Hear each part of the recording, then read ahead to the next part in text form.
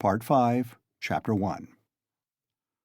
The morning that followed the fateful interview with Donia and her mother brought sobering influences to bear on Pyotr Petrovitch. Intensely unpleasant as it was, he was forced little by little to accept as a fact beyond recall what had seemed to him only the day before fantastic and incredible. The black snake of wounded vanity had been gnawing at his heart all night. When he got out of bed, Pyotr Petrovitch immediately looked in the looking-glass. He was afraid that he had jaundice.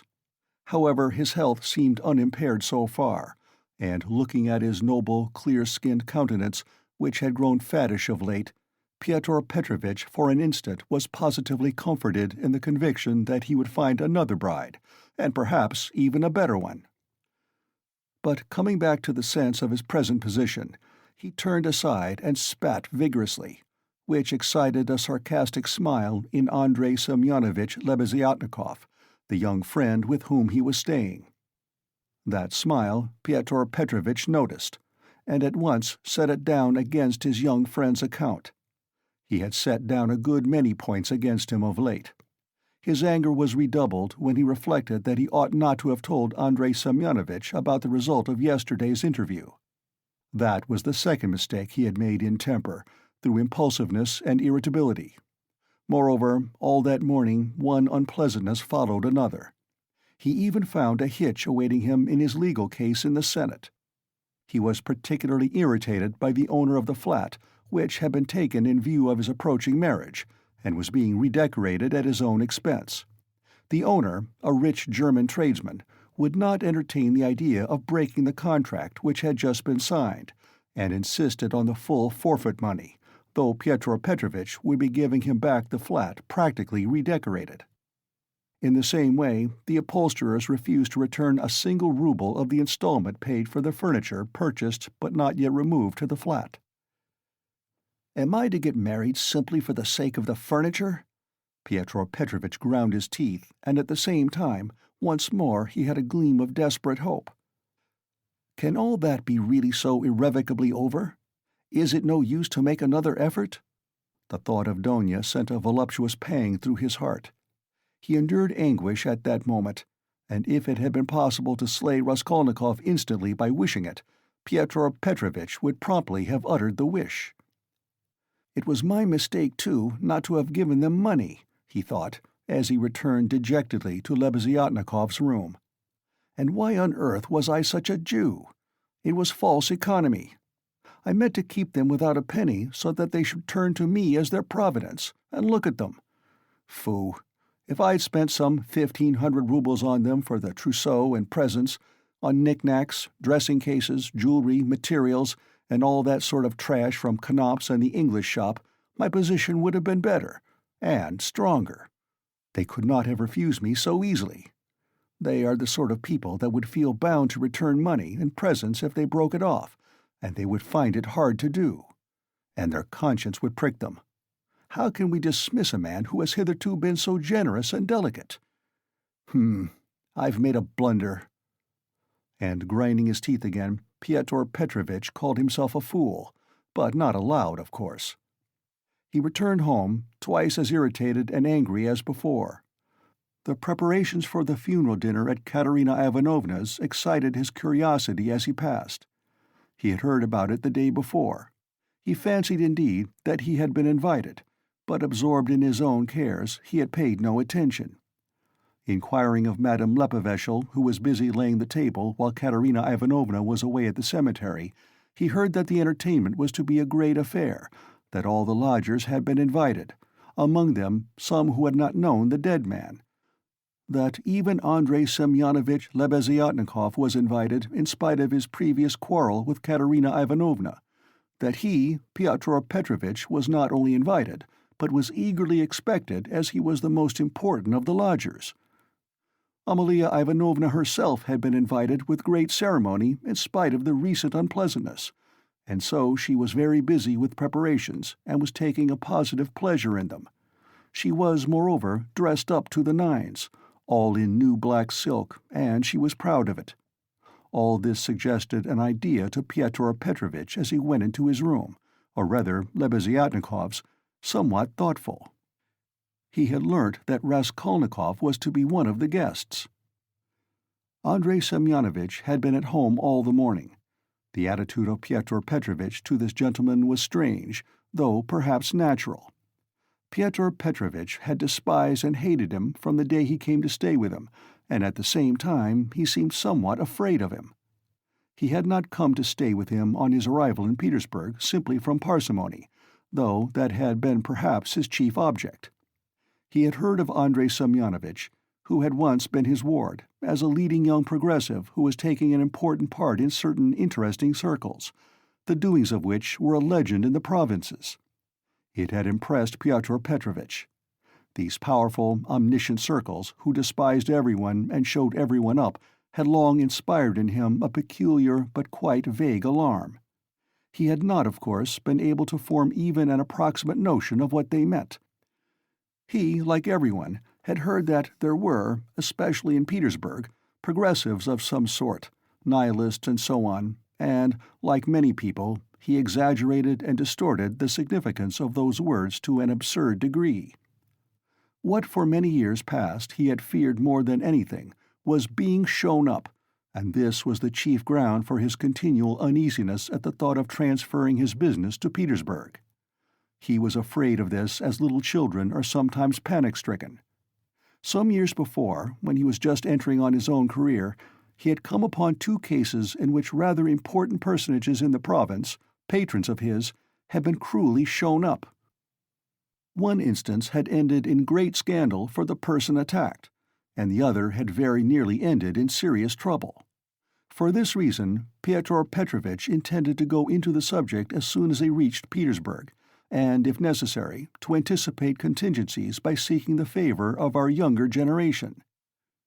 He relied on Andrei Semyonovitch for this, and before his visit to Raskolnikov, he had succeeded in picking up some current phrases. He soon discovered that Andrei Semyonovitch was a commonplace simpleton, but that by no means reassured Pyotr Petrovitch. Even if he had been certain that all the progressives were fools like him, it would not have allayed his uneasiness. All the doctrines, the ideas, the systems with which Andrei Semyonovitch pestered him had no interest for him. He had his own object. He simply wanted to find out at once what was happening here. Had these people any power or not? Had he anything to fear from them? Would they expose any enterprise of his? And what precisely was now the object of their attacks? Could he somehow make up to them and get round them if they really were powerful? Was this the thing to do or not? Couldn't he gain something through them? In fact, hundreds of questions presented themselves. Andrei Semyonovitch was an anemic, scrofulous little man, with strangely flaxen, mutton-chop whiskers, of which he was very proud. He was a clerk and had almost always something wrong with his eyes. He was rather soft-hearted, but self-confident, and sometimes extremely conceited in speech, which had an absurd effect, incongruous with his little figure. He was one of the lodgers most respected by Amalia Ivanovna, for he did not get drunk and paid regularly for his lodgings. Andrei Semyonovitch really was rather stupid. He attached himself to the cause of progress and our younger generation from enthusiasm. He was one of the numerous and varied legion of dullards, of half-animate abortions, conceited, half-educated coxcombs, who attach themselves to the idea most in fashion, only to vulgarize it, and who caricature every cause they serve, however sincerely. Though Lebeziatnikov was so good-natured, he too was beginning to dislike Pyotr Petrovitch. This happened on both sides unconsciously.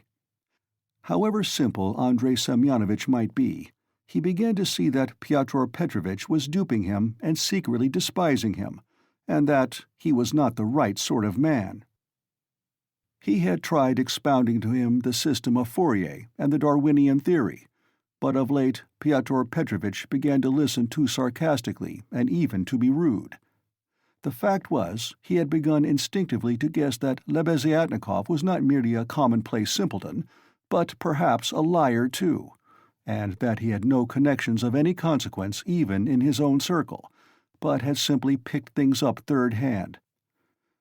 And that very likely He did not even know much about his own work of propaganda, for he was in too great a muddle. A fine person he would be to show anyone up. It must be noted, by the way, that Pyotr Petrovitch had during those 10 days eagerly accepted the strangest praise from Andrei Semyonovitch.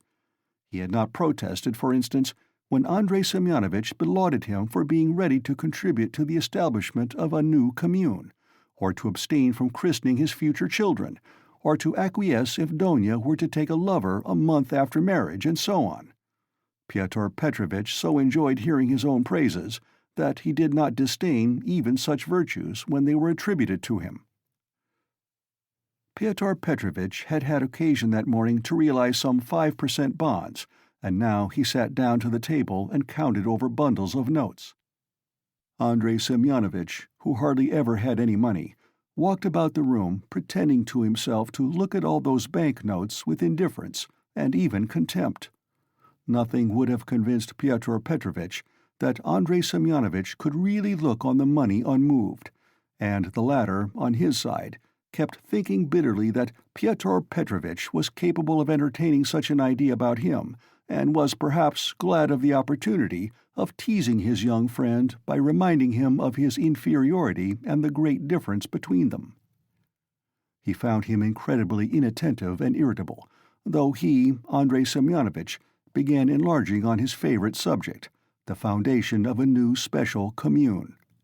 The brief remarks that dropped from Pyotr Petrovitch between the clicking of the beads on the reckoning frame betrayed unmistakable and discourteous irony.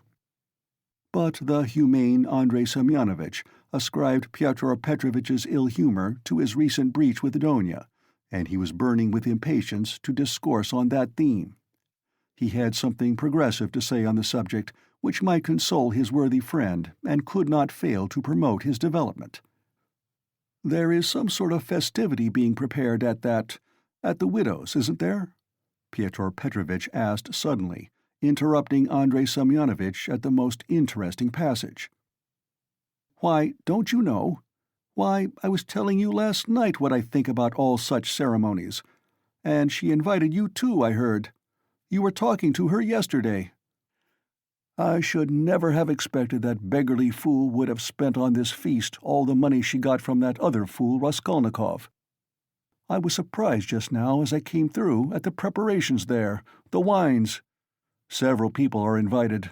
It's beyond everything," continued Pyotr Petrovitch, who seemed to have some object in pursuing the conversation. "What? You say I am asked too? When was that? I don't remember. But I shan't go. Why should I? I only said a word to her in passing yesterday of the possibility of her obtaining a year's salary as a destitute widow of a government clerk. I suppose she has invited me on that account, hasn't she? Heh heh heh." "I don't intend to go either," said Lebeziatnikov. "I should think not, after giving her a thrashing. You might well hesitate. Heh heh." "Who thrashed? Whom?" cried Lebeziatnikov, flustered and blushing. "Why, you thrashed Katerina Ivanovna a month ago. I heard so yesterday. So that's what your convictions amount to. And the woman question, too, wasn't quite sound. Heh heh heh." And Pyotr Petrovitch, as though comforted, went back to clicking his beads. "It's all slander and nonsense," cried Lebeziatnikov, who was always afraid of allusions to the subject. "It was not like that at all. It was quite different. You've heard it wrong. It's a libel. I was simply defending myself. She rushed at me first with her nails. She pulled out all my whiskers. It's permissible for anyone, I should hope, to defend himself, and I never allow anyone to use violence to me on principle, for it's an act of despotism. What was I to do? I simply pushed her back." "Heh heh heh," Luzhin went on, laughing maliciously. "You keep on like that because you are out of humor yourself. But that's nonsense, and it has nothing whatever to do with the woman question. You don't understand. I used to think, indeed, that if women are equal to men in all respects, even in strength, as is maintained now, there ought to be equality in that too.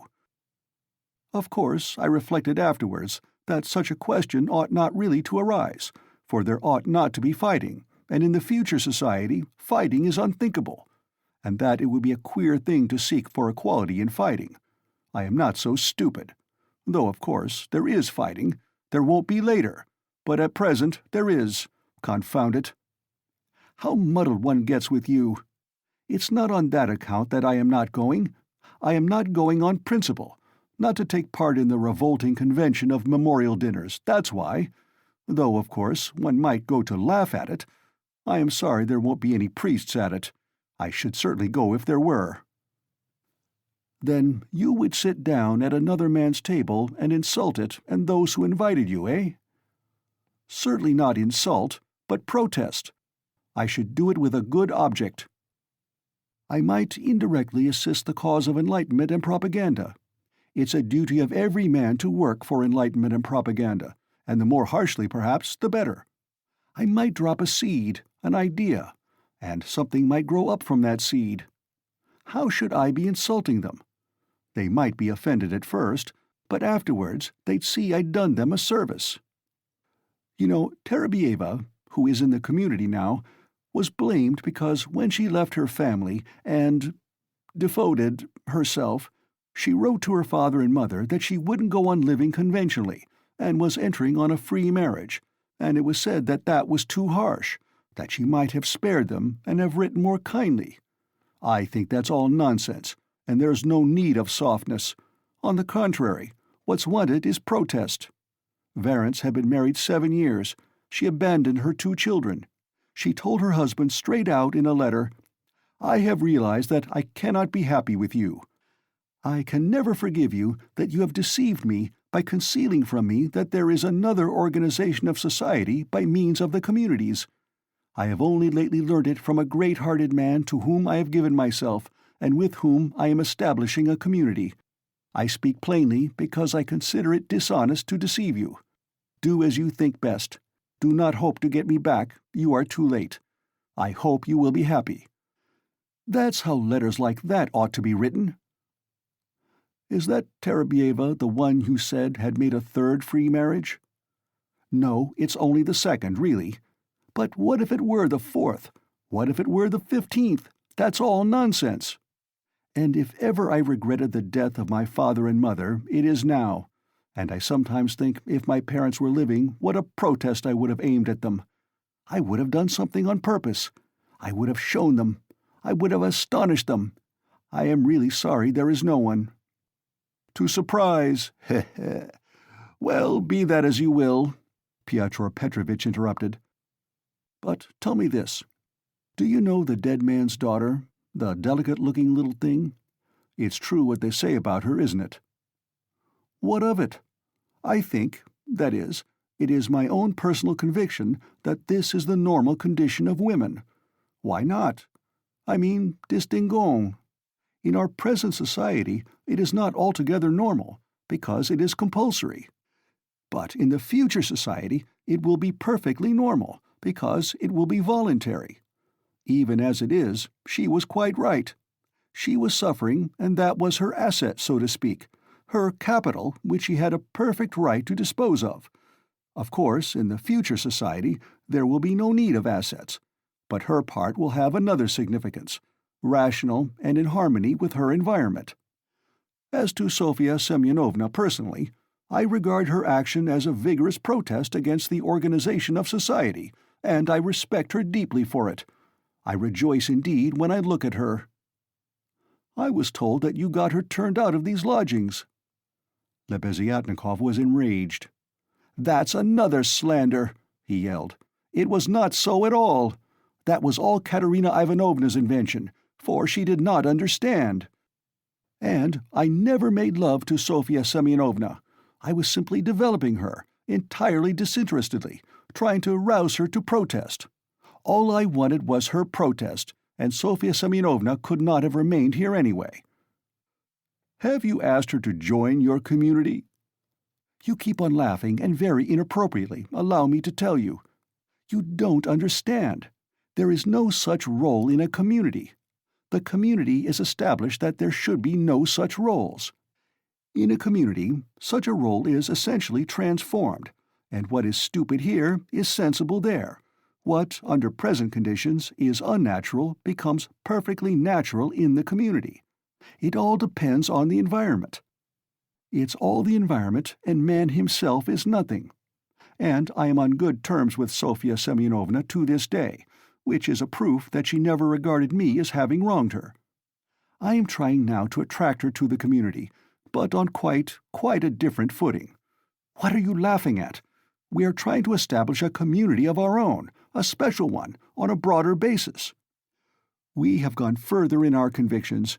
We reject more. And meanwhile, I'm still developing Sofya Semyonovna. She has a beautiful, beautiful character. And you take advantage of her fine character, eh? Heh heh. No, oh no, on the contrary. Oh, on the contrary, heh heh heh. A queer thing to say. Believe me, why should I disguise it? In fact, I feel it strange myself how timid, chaste, and modern she is with me. And you, of course, are developing her, heh heh, trying to prove to her that all that modesty is nonsense? Not at all, not at all. How coarsely, how stupidly, excuse me saying so, you misunderstand the word development. Good heavens, how crude you still are. We are striving for the freedom of women, and you have only one idea in your head. Setting aside the general question of chastity and feminine modesty as useless in themselves, and indeed prejudices, I fully accept her chastity with me, because that's for her to decide. Of course, if she were to tell me herself that she wanted me, I should think myself very lucky, because I like the girl very much. But as it is, no one has ever treated her more courteously than I, with more respect for her dignity. I wait in hopes, that's all. You had much better make her a present of something. I bet you never thought of that. You don't understand, as I've told you already.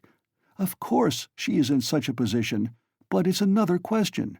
Quite another question. You simply despise her. Seeing a fact which you mistakenly consider deserving of contempt, you refuse to take a humane view of a fellow creature. You don't know what a character she is. I am only sorry that of late she has quite given up reading and borrowing books. I used to lend them to her. I am sorry, too, that, with all the energy and resolution in protesting, which she has already shown once, she has little self-reliance, little, so to say, independence, so as to break free from certain prejudices and certain foolish ideas. Yet she thoroughly understands some questions, for instance about kissing of hands, that is, that it's an insult to a woman for a man to kiss her hand, because it's a sign of inequality. We had a debate about it, and I described it to her. She listened attentively to an account of the workmen's associations in France, too. Now I am explaining the question of coming into the room in the future society.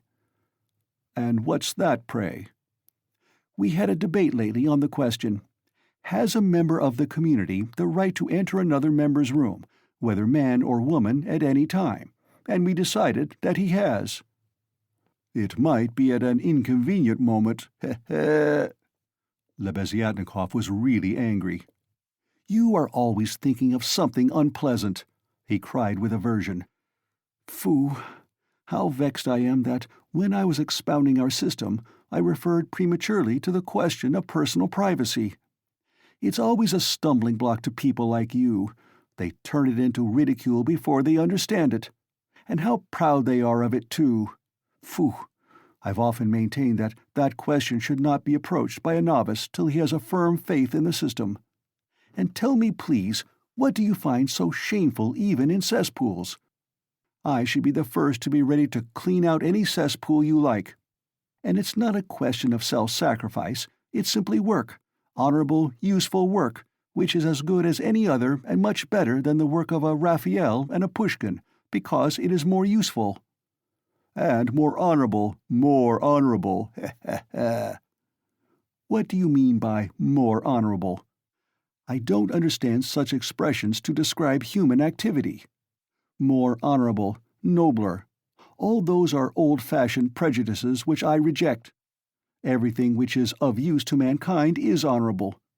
I only understand one word, useful. You can snigger as much as you like, but that's so." Pyotr Petrovitch laughed heartily. He had finished counting the money and was putting it away. But some of the notes he left on the table. The cesspool question had already been a subject of dispute between them. What was absurd was that it made Lebeziatnikov really angry, while it amused Luzhin, and at that moment he particularly wanted to anger his young friend. "It's your ill luck yesterday that makes you so ill-humored and annoying," blurted out Lebeziatnikov, who, in spite of his independence and his protests, did not venture to oppose Pyotr Petrovitch, and still behaved to him with some of the respect habitual in earlier years.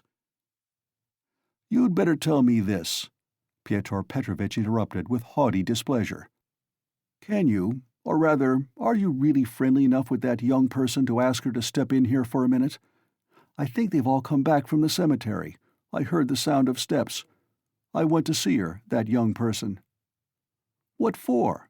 Lebeziatnikov asked with surprise. "Oh, I want to. I am leaving here today or tomorrow, and therefore I wanted to speak to her about— However, you may be present during the interview.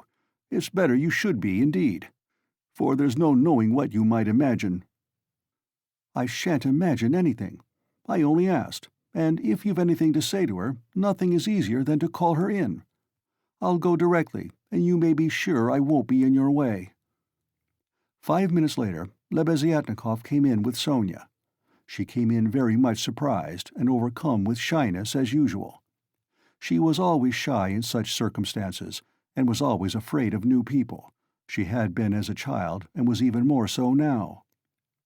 Pyotr Petrovitch met her politely and affably, but with a certain shade of bantering familiarity which, in his opinion, was suitable for a man of his respectability and weight in dealing with a creature so young and so interesting as she. He hastened to reassure her, and made her sit down facing him at the table. Sonia sat down, looked about her, at Lebeziatnikov, at the notes lying on the table, and then again at Pyotr Petrovitch, and her eyes remained riveted on him. Lebeziatnikov was moving to the door. Pyotr Petrovitch signed to Sonia to remain seated, and stopped Lebeziatnikov. "Is Raskolnikov in there? Has he come?" he asked him in a whisper. "Raskolnikov? Yes. Why? Yes, he is there. I saw him just come in. Why?" "Well, I particularly beg you to remain here with us, and not to leave me alone with this young woman. I only want a few words with her, but God knows what they may make of it. I shouldn't like Raskolnikov to repeat anything. You understand what I mean?" "I understand." Lebeziatnikov saw the point. "Yes, you are right. Of course, I am convinced personally that you have no reason to be uneasy, but still you are right. Certainly I'll stay. I'll stand at the window and not be in your way." "I think you are right." Pyotr Petrovitch returned to the sofa, sat down opposite Sonia, looked attentively at her, and assumed an extremely dignified, even severe expression, as much as to say, "Don't you make any mistake, madam." Sonia was overwhelmed with embarrassment. "In the first place, Sofya Semyonovna, will you make my excuses to your respected mamma? That's right, isn't it? Katerina Ivanovna stands in the place of a mother to you." Pyotr Petrovitch began with great dignity, although affably. It was evident that his intentions were friendly. "Quite so, yes, the place of a mother," Sonia answered, timidly and hurriedly. "Then will you make my apologies to her? Through inevitable circumstances, I am forced to be absent, and shall not be at the dinner in spite of your mamma's kind invitation." "Yes, I'll tell her, at once." And Sonia hastily jumped up from her seat. "Wait, that's not all." Pyotr Petrovitch detained her, smiling at her simplicity and ignorance of good manners. "And you know me little, my dear Sofya Semyonovna, if you suppose I would have ventured to trouble a person like you for a matter of so little consequence affecting myself only. I have another object." Sonia sat down hurriedly. Her eyes rested again for an instant on the grey and rainbow-colored notes that remained on the table, but she quickly looked away and fixed her eyes on Pyotr Petrovitch. She felt it horribly indecorous, especially for her, to look at another person's money. She stared at the gold eyeglass which Pyotr Petrovitch held in his left hand, and at the massive and extremely handsome ring with a yellow stone on his middle finger. But suddenly she looked away, and, not knowing where to turn, ended by staring Pyotr Petrovitch again straight in the face. After a pause of still greater dignity, he continued. "I chanced yesterday in passing to exchange a couple of words with Katerina Ivanovna, poor woman. That was sufficient to enable me to ascertain that she is in a position, preternatural, if one may so express it." "Yes, preternatural," Sonia hurriedly assented. "Or it would be simpler and more comprehensible to say ill." "Yes, simpler and more yes, ill." "Quite so. So then, from a feeling of humanity, and so to speak compassion, I should be glad to be of service to her in any way, foreseeing her unfortunate position. I believe the whole of this poverty-stricken family depends now entirely on you." "Allow me to ask." Sonia rose to her feet. "Did you say something to her yesterday of the possibility of a pension? Because she told me you had undertaken to get her one. Was that true?" "Not in the slightest, and indeed it's an absurdity. I merely hinted at her obtaining temporary assistance as the widow of an official who had died in the service, if only she has patronage. But apparently your late parent had not served his full term, and had not indeed been in the service at all of late. In fact, if there could be any hope, it would be very ephemeral, because there would be no claim for assistance in that case, far from it. And she is dreaming of a pension already. Go ahead, lady." "Yes, she is. For she is credulous and good-hearted, and she believes everything from the goodness of her heart, and she is like that. Yes, you must excuse her," said Sonia, and again she got up to go. "But you haven't heard what I have to say." "No, I haven't heard," muttered Sonia. "Then sit down." She was terribly confused. She sat down again a third time. "Seeing her position with her unfortunate little ones, I should be glad, as I have said before, so far as lies in my power, to be of service. That is, so far as is in my power, not more. One might, for instance, get up a subscription for her, or a lottery, something of the sort, such as is always arranged in such cases by friends, or even outsiders, desirous of assisting people. It was of that I intended to speak to you. It might be done." "Yes, yes, God will repay you for it," faltered Sonia, gazing intently at Pyotr Petrovitch. "It might be, but we will talk of it later. We might begin it today. We will talk it over this evening, and lay the foundation, so to speak. Come to me at 7 o'clock. Mr. Lebeziatnikov, I hope, will assist us. But there is one circumstance of which I ought to warn you beforehand, and for which I venture to trouble you, Sofia Semyonovna, to come here. In my opinion, money cannot be, indeed it's unsafe to put it into Katerina Ivanovna's own hands. The dinner today is a proof of that. Though she has not, so to speak, a crust of bread for tomorrow, and, well, boots or shoes or anything, she has bought today Jamaica rum, and even, I believe, Madeira, and coffee. I saw it as I passed through. Tomorrow it will all fall upon you again. They won't have a crust of bread. It's absurd, really, and so, to my thinking, a subscription ought to be raised so that the unhappy widow should not know of the money, but only you, for instance. Am I right?" "I don't know. This is only today, once in her life. She was anxious to do honor, to celebrate the memory, and she is very sensible. But just as you think, and I shall be very, they will all be, and God will reward, and the orphans." Sonia burst into tears. "Very well, then. Keep it in mind. And now will you accept for the benefit of your relation the small sum that I am able to spare, from me personally? I am very anxious that my name should not be mentioned in connection with it. Here. Having, so to speak, anxieties of my own, I cannot do more." And Pyotr Petrovitch held out to Sonia a 10-ruble note, carefully unfolded. Sonia took it, flushed crimson, jumped up, muttered something, and began taking leave. Pyotr Petrovitch accompanied her ceremoniously to the door. She got out of the room at last, agitated and distressed, and returned to Katerina Ivanovna, overwhelmed with confusion. All this time Lebeziatnikov had stood at the window or walked about the room, anxious not to interrupt the conversation. When Sonia had gone, he walked up to Pyotr Petrovitch and solemnly held out his hand. "I heard and saw everything," he said, laying stress on the last verb. "That is honorable. I mean to say, it's humane. You wanted to avoid gratitude, I saw. And although I cannot, I confess, in principle, sympathize with private charity, for it not only fails to eradicate the evil, but even promotes it, yet I must admit that I saw your action with pleasure. Yes, yes, I like it." "That's all nonsense," muttered Pyotr Petrovitch, somewhat disconcerted, looking carefully at Lebeziatnikov. "No, it's not nonsense. A man who has suffered distress and annoyance as you did yesterday, and who yet can sympathize with the misery of others, such a man, even though he is making a social mistake, is still deserving of respect. I did not expect it indeed of you, Pyotr Petrovitch, especially as according to your ideas— Oh, what a drawback your ideas are to you! How distressed you are, for instance, by your ill luck yesterday!" cried the simple-hearted Lebeziatnikov, who felt a return of affection for Pyotr Petrovitch.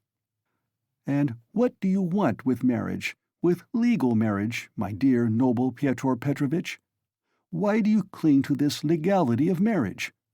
Well, you may beat me if you like, but I am glad, positively glad it hasn't come off, that you are free, that you are not quite lost for humanity. You see, I've spoken my mind. Because I don't want in your free marriage to be made a fool of, and to bring up another man's children. That's why I want legal marriage," Luzhin replied in order to make some answer. He seemed preoccupied by something. "Children? You referred to children." Lebeziatnikov started off like a war-horse at the trumpet call. "Children are a social question, and a question of first importance, I agree. But the question of children has another solution. Some refuse to have children altogether, because they suggest the institution of the family. We'll speak of children later, but now as to the question of honor, I confess that's my weak point. That horrid, military, Pushkin expression is unthinkable in the dictionary of the future. What does it mean indeed? It's nonsense. There will be no deception in a free marriage. That is only the natural consequence of a legal marriage, so to say, its correction, a protest. So that indeed it's not humiliating.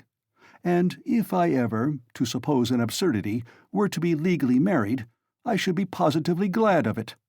I should say to my wife, 'My dear, hitherto I have loved you. Now I respect you, for you've shown you can protest.' You laugh. That's because you're incapable of getting away from prejudices. Confound it all! I understand now where the unpleasantness is of being deceived in a legal marriage, but it's simply a despicable consequence of a despicable position in which both are humiliated. When the deception is open, as in a free marriage, then it does not exist. It's unthinkable. Your wife will only prove how she respects you by considering you incapable of opposing her happiness and avenging yourself on her for her new husband. Damn it all! I sometimes dream if I were to be married. Phoo! I mean, if I were to be married, legally or not, it's just the same. I should present my wife with a lover, if she had not found one herself. 'My dear,' I should say, 'I love you, but even more than that, I desire you to respect me. See? Am I not right?'" Pyotr Petrovitch sniggered as he listened, but without much merriment. He hardly heard it indeed. He was preoccupied with something else, and even Lebeziatnikov at last noticed it. Pyotr Petrovitch seemed excited and rubbed his hands. Lebeziatnikov remembered all this and reflected upon it afterwards. End of Part 5, Chapter 1. Part 5, Chapter 2. It would be difficult to explain exactly what could have originated the idea of that senseless dinner in Katerina Ivanovna's disordered brain. Nearly 10 of the 20 roubles given by Raskolnikov for Marmeladov's funeral were wasted upon it.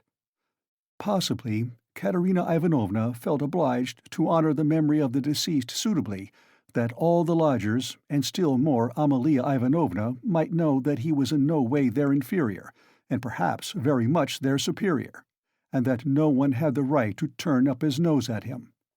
Perhaps the chief element was that peculiar poor man's pride, which compels many poor people to spend their last savings on some traditional social ceremony, simply in order to do like other people, and not to be looked down upon. It is very probable, too, that Katerina Ivanovna longed on this occasion, at the moment when she seemed to be abandoned by everyone, to show those wretched contemptible lodgers that she knew how to do things, how to entertain, and that she had been brought up in a genteel, she might almost say aristocratic colonel's family, and had not been meant for sweeping floors and washing the children's rags at night. Even the poorest and most broken-spirited people are sometimes liable to these paroxysms of pride and vanity, which take the form of an irresistible nervous craving. And Katerina Ivanovna was not broken-spirited. She might have been killed by circumstance, but her spirit could not have been broken. That is, she could not have been humiliated, her will could not be crushed. Moreover, Sonia had said with good reason that her mind was unhinged. She could not be said to be insane, but for a year past she had been so harassed that her mind might well be overstrained. The later stages of consumption are apt, doctors tell us, to affect the intellect. There was no great variety of wines, nor was there Madeira, but wine there was. There was vodka, rum, and Lisbon wine, all of the poorest quality, but in sufficient quantity. Besides the traditional rice and honey, there were 3 or 4 dishes, one of which consisted of pancakes, all prepared in Amalia Ivanovna's kitchen. 2 samovars were boiling, that tea and punch might be offered after dinner. Katerina Ivanovna had herself seen to purchasing the provisions, with the help of one of the lodgers, an unfortunate little Pole who had somehow been stranded at Madame Lepeveshel's. He promptly put himself at Katerina Ivanovna's disposal, and had been all that morning and all the day before, running about as fast as his legs could carry him, and very anxious that everyone should be aware of it. For every trifle he ran to Katerina Ivanovna, even hunting her out at the bazaar, at every instant called her Pani. She was heartily sick of him before the end, though she had declared at first that she could not have got on without this serviceable and magnanimous man. It was one of Katerina Ivanovna's characteristics to paint everyone she met in the most glowing colors. Her praises were so exaggerated as sometimes to be embarrassing. She would invent various circumstances to the credit of her new acquaintance, and quite genuinely believe in their reality. Then, all of a sudden, she would be disillusioned, and would rudely and contemptuously repulse the person she had only a few hours before been literally adoring.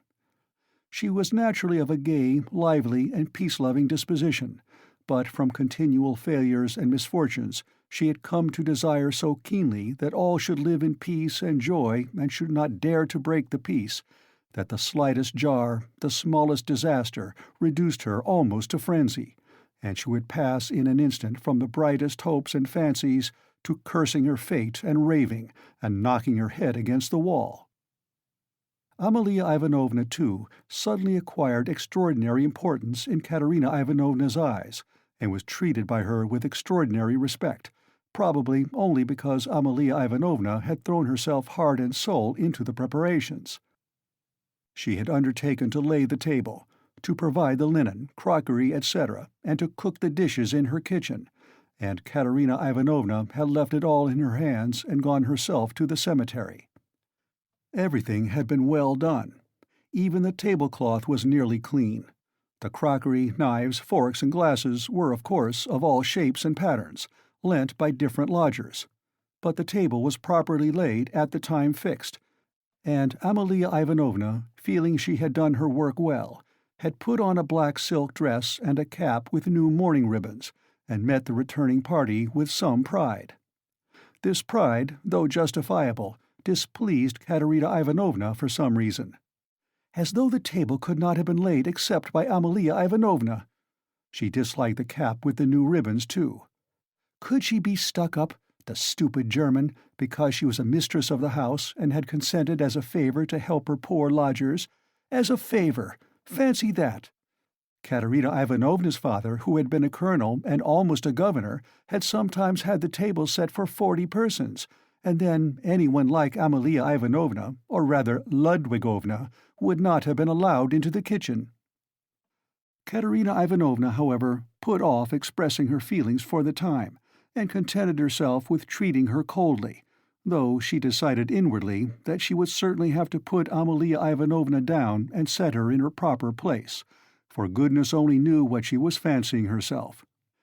Katerina Ivanovna was irritated, too, by the fact that hardly any of the lodgers invited had come to the funeral, except the Pole, who had just managed to run into the cemetery, while to the memorial dinner the poorest and most insignificant of them had turned up, the wretched creatures, many of them not quite sober. The older and more respectable of them all, as if by common consent, stayed away. Pyotr Petrovitch Luzhin, for instance, who might be said to be the most respectable of all the lodgers, did not appear, though Katerina Ivanovna had the evening before told all the world, that is, Amalia Ivanovna, Polenka, Sonia, and the Pole, that he was the most generous, noble-hearted man with a large property and vast connections, who had been a friend of her first husband's and a guest in her father's house, and that he had promised to use all his influence to secure her a considerable pension.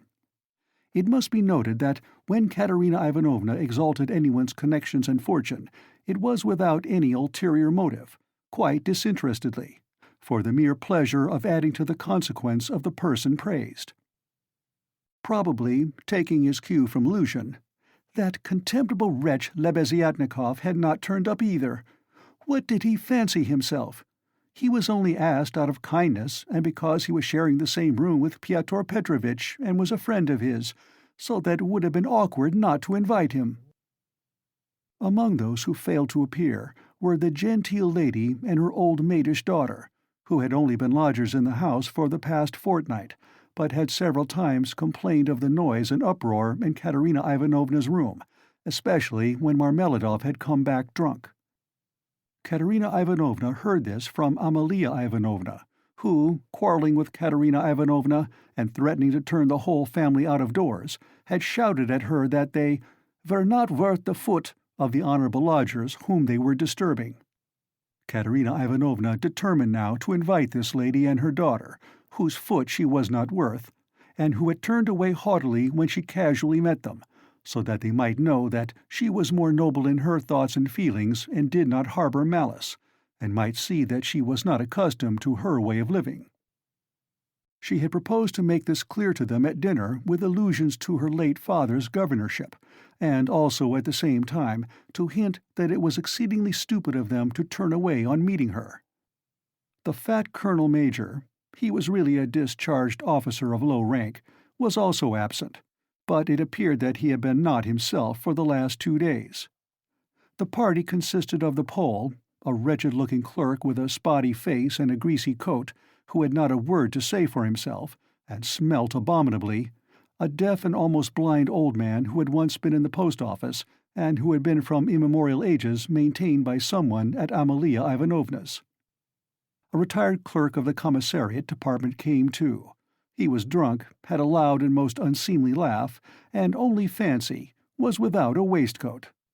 One of the visitors sat straight down to the table without even greeting Katerina Ivanovna.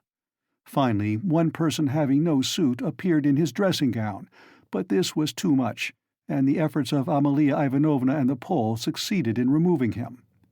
The Pole brought with him, however, 2 other Poles who did not live at Amalia Ivanovna's, and whom no one had seen here before. All this irritated Katerina Ivanovna intensely. For whom had they made all these preparations, then? To make room for the visitors, the children had not even been laid for at the table, but the 2 little ones were sitting on a bench in the furthest corner with their dinner laid on a box, while Polenka, as a big girl, had to look after them, feed them, and keep their noses wiped like well-bred children's. Katerina Ivanovna, in fact, could hardly help meeting her guests with increased dignity, and even haughtiness. She stared at some of them with special severity, and loftily invited them to take their seats. Rushing to the conclusion that Amalia Ivanovna must be responsible for those who were absent, she began treating her with extreme nonchalance, which the latter promptly observed and resented. Such a beginning was no good omen for the end. All were seated at last. Raskolnikov came in almost at the moment of their return from the cemetery. Katerina Ivanovna was greatly delighted to see him. In the first place, because he was the one educated visitor and, as everyone knew, was in 2 years to take a professorship in the university. And secondly, because he immediately and respectfully apologized for having been unable to be at the funeral. She positively pounced upon him, and made him sit on her left hand. Amalia Ivanovna was on her right. In spite of her continual anxiety that the dishes should be passed round correctly and that everyone should taste them, in spite of the agonizing cough which interrupted her every minute and seemed to have grown worse during the last few days, she hastened to pour out in a half-whisper to Raskolnikov all her suppressed feelings and her just indignation at the failure of the dinner, interspersing her remarks with lively and uncontrollable laughter at the expense of her visitors, and especially of her landlady. "It's all that cuckoo's fault. You know whom I mean? Her. Katerina Ivanovna nodded towards the landlady. "Look at her. She's making round eyes. She feels that we are talking about her and can't understand. Phoo, the owl. Ha ha! Cough, cough, cough. And what does she put on that cap for? Cough, cough, cough. Have you noticed that she wants everyone to consider that she is patronizing me and doing me an honor by being here? I asked her like a sensible woman to invite people, especially those who knew my late husband, and look at the set of fools she has brought. The sweeps. Look at that one with the spotty face. And those wretched Poles. Ha ha ha. Cough, cough, cough. Not one of them has ever poked his nose in here. I've never set eyes on them. What have they come here for, I ask you? There they sit in a row. Hey, Pan! She cried suddenly to one of them. Have you tasted the pancakes? Take some more. Have some beer. Won't you have some vodka? Look, he's jumped up and is making his bows. They must be quite starved, poor things. Never mind, let them eat. They don't make a noise anyway, though I'm really afraid for our landlady's silver spoons. Amalia Ivanovna, she addressed her suddenly, almost aloud. If your spoon should happen to be stolen, I won't be responsible, I warn you. Ha ha ha! She laughed, turning to Raskolnikov, and again nodding towards the landlady, in high glee at her sally. She didn't understand. She didn't understand again. Look how she sits with her mouth open. An owl, a real owl. An owl in new ribbons. Ha ha ha! Here her laugh turned again to an insufferable fit of coughing that lasted 5 minutes. Drops of perspiration stood out on her forehead, and her handkerchief was stained with blood. She showed Raskolnikov the blood in silence, and, as soon as she could get her breath, began whispering to him again with extreme animation and a hectic flush on her cheeks. Do you know, I gave her the most delicate instructions, so to speak, for inviting that lady and her daughter. You understand of whom I am speaking. It needed the utmost delicacy, the greatest nicety, but she has managed things so that that fool, that conceited baggage, that provincial non-entity, simply because she is the widow of a major, and has come to try and get a pension and to fray out her skirts in the government offices, because at 50 she paints her face, everybody knows it. A creature like that did not think fit to come, and has not even answered the invitation, which the most ordinary good manners required. Can't understand why Pyotr Petrovitch has not come. But where's Sonia? Where has she gone? Ah, there she is at last. What is it, Sonia? Where have you been? It's odd that even at your father's funeral you should be so unpunctual. Rodion Romanovitch, make room for her beside you. That's your place, Sonia. Take what you like. Have some of the cold entree with jelly, that's the best. They'll bring the pancakes directly. Have they given the children some? Polenka, have you got everything? Cough, cough, cough. That's all right. Be a good girl, Lida, and Kolya, don't fidget with your feet. Sit like a little gentleman. What are you saying, Sonia? Sonia hastened to give her Pyotr Petrovitch's apologies, trying to speak loud enough for everyone to hear and carefully choosing the most respectful phrases which she attributed to Pyotr Petrovitch. She added that Pyotr Petrovitch had particularly told her to say that, as soon as he possibly could, he would come immediately to discuss business alone with her, and to consider what could be done for her, etc., etc. Sonia knew that this would comfort Katerina Ivanovna, would flatter her and gratify her pride. She sat down beside Raskolnikov. She made him a hurried bow, glancing curiously at him. But for the rest of the time she seemed to avoid looking at him or speaking to him. She seemed absent-minded, though she kept looking at Katerina Ivanovna, trying to please her. Neither she nor Katerina Ivanovna had been able to get mourning. Sonia was wearing dark brown, and Katerina Ivanovna had on her only dress, a dark striped cotton one. The message from Pyotr Petrovitch was very successful. Listening to Sonia with dignity, Katerina Ivanovna inquired with equal dignity how Pyotr Petrovitch was, then at once whispered almost aloud to Raskolnikov that it certainly would have been strange for a man of Pyotr Petrovitch's position and standing to find himself in such extraordinary company, in spite of his devotion to her family and his old friendship with her father. "That's why I'm so grateful to you, Rodion Romanovitch, that you have not disdained my hospitality even in such surroundings," she added almost aloud. "But I am sure that it was only your special affection for my poor husband that has made you keep your promise." Then once more with pride and dignity she scanned her visitors, and suddenly inquired aloud across the table of the deaf man, "Wouldn't he have some more meat? And had he been given some wine?" The old man made no answer, and for a long while could not understand what he was asked, though his neighbors amused themselves by poking and shaking him. He simply gazed about him with his mouth open, which only increased the general mirth. "What an imbecile! Look, look! Why was he brought? But as to Pyotr Petrovitch, I always had confidence in him," Katerina Ivanovna continued. "And, of course, he is not like—" With an extremely stern face, she addressed Amalia Ivanovna so sharply and loudly that the latter was quite disconcerted. "Not like your dressed-up draggle-tails, whom my father would not have taken as cooks into his kitchen, and my late husband would have done them honor if he had invited them in the goodness of his heart." "Yes, he was fond of drink, he was fond of it, he did drink," cried the commissariat clerk, gulping down his 12th glass of vodka. "My late husband certainly had that weakness, and everyone knows it." Katerina Ivanovna attacked him at once. "But he was a kind and honorable man, who loved and respected his family. The worst of it was his good nature made him trust all sorts of disreputable people, and he drank with fellows who were not worth the sole of his shoe. Would you believe it, Rodion Romanovitch, they found a gingerbread cock in his pocket. He was dead drunk, but he did not forget the children." "A cock? Did you say a cock?" shouted the commissariat clerk. Katerina Ivanovna did not vouchsafe a reply. She sighed, lost in thought. "No doubt you think, like everyone, that I was too severe with him," she went on, addressing Raskolnikov. "But that's not so. He respected me very much. He was a kind-hearted man. And how sorry I was for him sometimes. He would sit in a corner and look at me.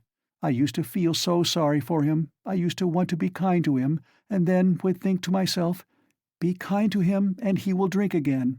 It was only by severity that you could keep him within bounds." "Yes, he used to get his hair pulled pretty often," roared the commissariat clerk again, swallowing another glass of vodka.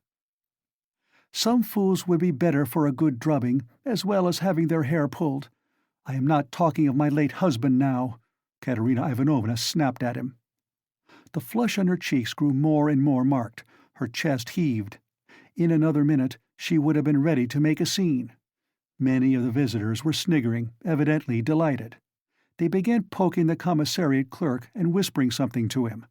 They were evidently trying to egg him on. "Allow me to ask what you are alluding to," began the clerk. "That is to say, about whom, did you say just now?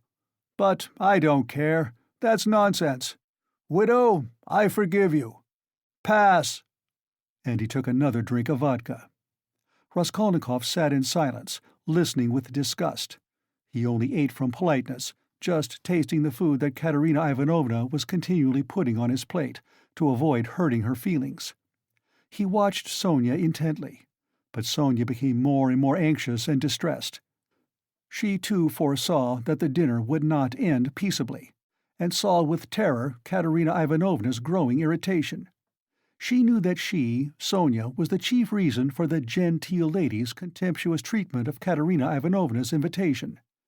She had heard from Amalia Ivanovna that the mother was positively offended at the invitation, and had asked the question, how could she let her daughter sit down beside that young person?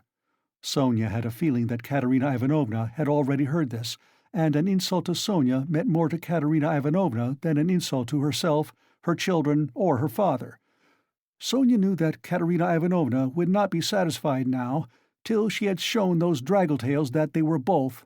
To make matters worse, someone passed Sonia, from the other end of the table, a plate with 2 hearts pierced with an arrow, cut out of black bread. Katerina Ivanovna flushed crimson and at once said aloud across the table that the man who sent it was a drunken ass. Amalia Ivanovna was foreseeing something amiss, and at the same time deeply wounded by Katerina Ivanovna's haughtiness, and to restore the good humor of the company and raise herself in their esteem, she began, apropos of nothing, telling a story about an acquaintance of hers, Karl from the chemist's, who was driving one night in a cab, and that the cabman wanted to kill, and Karl very much begged him not to kill, and wept and clasped hands, and frightened and from fear pierced his heart. Though Katerina Ivanovna smiled, she observed at once that Amalia Ivanovna ought not to tell anecdotes in Russian. The latter was still more offended, and she retorted that Vater aus Berlin was a very important man, and always went with his hands in pockets. Katerina Ivanovna could not restrain herself, and laughed so much that Amalia Ivanovna lost patience and could scarcely control herself. "Listen to the owl," Katerina Ivanovna whispered at once, her good humor almost restored. "She meant to say he kept his hands in his pockets, but she said he put his hands in people's pockets. Cough, cough. And have you noticed, Rodion Romanovitch, that all these Petersburg foreigners, the Germans especially, are all stupider than we? Can you fancy any one of us telling how Karl from the chemist's pierced his heart from fear, and that the idiot, instead of punishing the cabman, clasped his hands and wept and much begged? Ah, the fool! And you know she fancies it's very touching, and does not suspect how stupid she is. To my thinking, that drunken commissariat clerk is a great deal cleverer. Anyone can see that he has addled his brains with drink. But you know, these foreigners are always so well-behaved and serious. Look how she sits glaring. She is angry, ha-ha. Cough, cough, cough." Regaining her good humor, Katerina Ivanovna began at once telling Raskolnikov that when she had obtained her pension, she intended to open a school for the daughters of gentlemen in her native town, T. This was the first time she had spoken to him of the project, and she launched out into the most alluring details. It suddenly appeared that Katerina Ivanovna had in her hands the very certificate of honor of which Marmeladov had spoken to Raskolnikov in the tavern, when he told him that Katerina Ivanovna, his wife, had danced the chawl dance before the governor and other great personages on leaving school. This certificate of honor was obviously intended now to prove Katerina Ivanovna's right to open a boarding school, but she had armed herself with it chiefly with the object of overwhelming those 2 stuck-up draggletails if they came to the dinner, and proving incontestably that Katerina Ivanovna was of the most noble, she might even say aristocratic family, a colonel's daughter, and was far superior to certain adventuresses who have been so much to the fore of late. The certificate of honor immediately passed into the hands of the drunken guests, and Katerina Ivanovna did not try to retain it, for it actually contained the statement en toutes lettres that her father was of the rank of a major, and also a companion of an order, so that she really was almost the daughter of a colonel. Warming up, Katerina Ivanovna proceeded to enlarge on the peaceful and happy life they would lead in T, on the gymnasium teachers whom she would engage to give lessons in her boarding school, one a most respectable old Frenchman, one Mangot, who had taught Katerina Ivanovna herself in old days and was still living in T, and would no doubt teach in her school on moderate terms. Next she spoke of Sonia, who would go with her to T, and help her in all her plans. At this, someone at the further end of the table gave a sudden guffaw. Though Katerina Ivanovna tried to appear to be disdainfully unaware of it, she raised her voice and began at once speaking with conviction of Sonia's undoubted ability to assist her, of her greatness, patience, devotion, generosity, and good education, tapping Sonia on the cheek and kissing her warmly twice. Sonia flushed crimson, and Katerina Ivanovna suddenly burst into tears, immediately observing that she was nervous and silly, that she was too much upset, that it was time to finish, and as the dinner was over, it was time to hand round the tea. At that moment, Amalia Ivanovna, deeply aggrieved at taking no part in the conversation and not being listened to, made one last effort, and with secret misgivings ventured on an exceedingly deep and weighty observation, that, in the future boarding school, she would have to pay particular attention to the Vasha, and that there certainly must be a good dama to look after the linen, and secondly, that the young ladies must not novels at night read. Katerina Ivanovna, who certainly was upset and very tired, as well as heartily sick of the dinner, at once cut short Amalia Ivanovna, saying she knew nothing about it and was talking nonsense, that it was the business of the laundry-maid and not of the directress of a high-class boarding school to look after Devasha, and as for novel-reading, that was simply rudeness, and she begged her to be silent. Amalia Ivanovna fired up and, getting very angry, observed that she only meant her good, and that she had meant her very good, and that it was long since she had paid her gold for the lodgings. Katerina Ivanovna at once set her down, saying that it was a lie to say she wished her good, because only yesterday, when her dead husband was lying on the table, she had worried her about the lodgings. To this Amalia Ivanovna very appropriately observed that she had invited those ladies, but those ladies had not come, because those ladies are ladies, and cannot come to a lady who is not a lady. Katerina Ivanovna at once pointed out to her that as she was a slut, she could not judge what made one really a lady. Amalia Ivanovna at once declared that her Vater aus Berlin was a very, very important man, and both hands in pockets went, and always used to say, "Poof, poof," and she leapt up from the table to represent her father, sticking her hands in her pockets, puffing her cheeks, and uttering vague sounds resembling "poof, poof," amid loud laughter from all the lodgers, who purposely encouraged Amalia Ivanovna, hoping for a fight. But this was too much for Katerina Ivanovna, and she at once declared, so that all could hear, that Amalia Ivanovna probably never had a father, but was simply a drunken Petersburg Finn, and had certainly once been a cook and probably something worse. Amalia Ivanovna turned as red as a lobster, and squealed that perhaps Katerina Ivanovna never had a father. But she had a Vater aus Berlin, and that he wore a long coat and always said "poof, poof, poof." Katerina Ivanovna observed contemptuously that all knew what her family was, and that on that very certificate of honor it was stated in print that her father was a colonel, while Amalia Ivanovna's father, if she really had one, was probably some Finnish milkman, but that probably she never had a father at all, since it was still uncertain whether her name was Amalia Ivanovna or Amalia Ludwigovna. At this Amalia Ivanovna lashed to fury, struck the table with her fist, and shrieked that she was Amalia Ivanovna and not Ludwigovna, that her father was named Johann, and that he was a burgomeister, and that Katerina Ivanovna's father was quite never a burgomeister. Katerina Ivanovna rose from her chair, and with a stern and apparently calm voice, though she was pale and her chest was heaving, observed that if she dared for one moment to set her contemptible wretch of a father on a level with her papa, she, Katerina Ivanovna, would tear her cap off her head and trample it underfoot. Amalia Ivanovna ran about the room, shouting at the top of her voice that she was mistress of the house and that Katerina Ivanovna should leave the lodgings that minute. Then she rushed for some reason to collect the silver spoons from the table. There was a great outcry and uproar. The children began crying. Sonia ran to restrain Katerina Ivanovna, but when Amalia Ivanovna shouted something about the yellow ticket, Katerina Ivanovna pushed Sonia away and rushed at the landlady to carry out her threat. At that minute the door opened, and Pyotr Petrovitch Luzhin appeared on the threshold. He stood scanning the party with severe and vigilant eyes. Katerina Ivanovna rushed to him. End of Part 5, Chapter 2.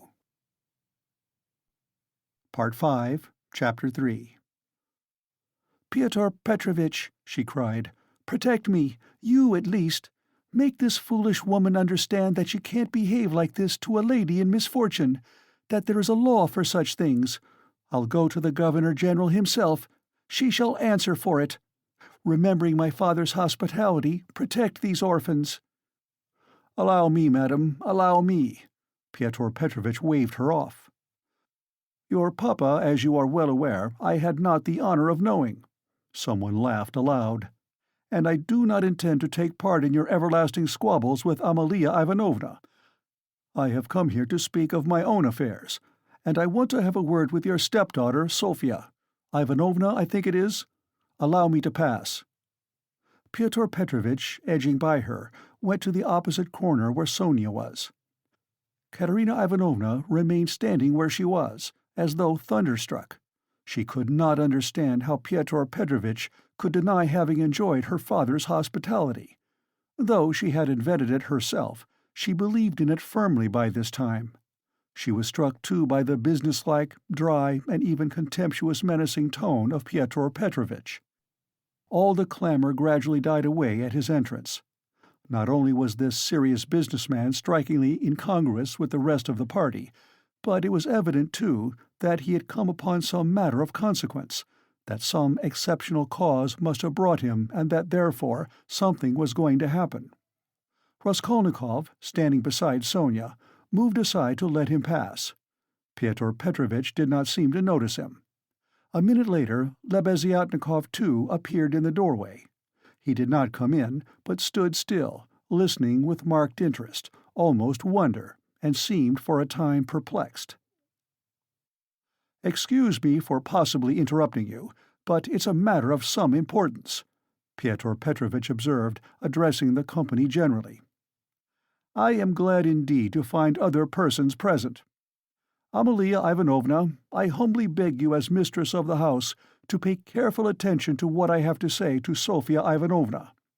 Sofia Ivanovna," he went on, addressing Sonia, who was very much surprised and already alarmed, "immediately after your visit I found that 100-ruble note was missing from my table, in the room of my friend Mr. Lebeziatnikov. If in any way whatever you know and will tell us where it is now, I assure you on my word of honor, and call all present to witness, that the matter shall end here. In the opposite case, I shall be compelled to have recourse to very serious measures, and then you must blame yourself." Complete silence reigned in the room.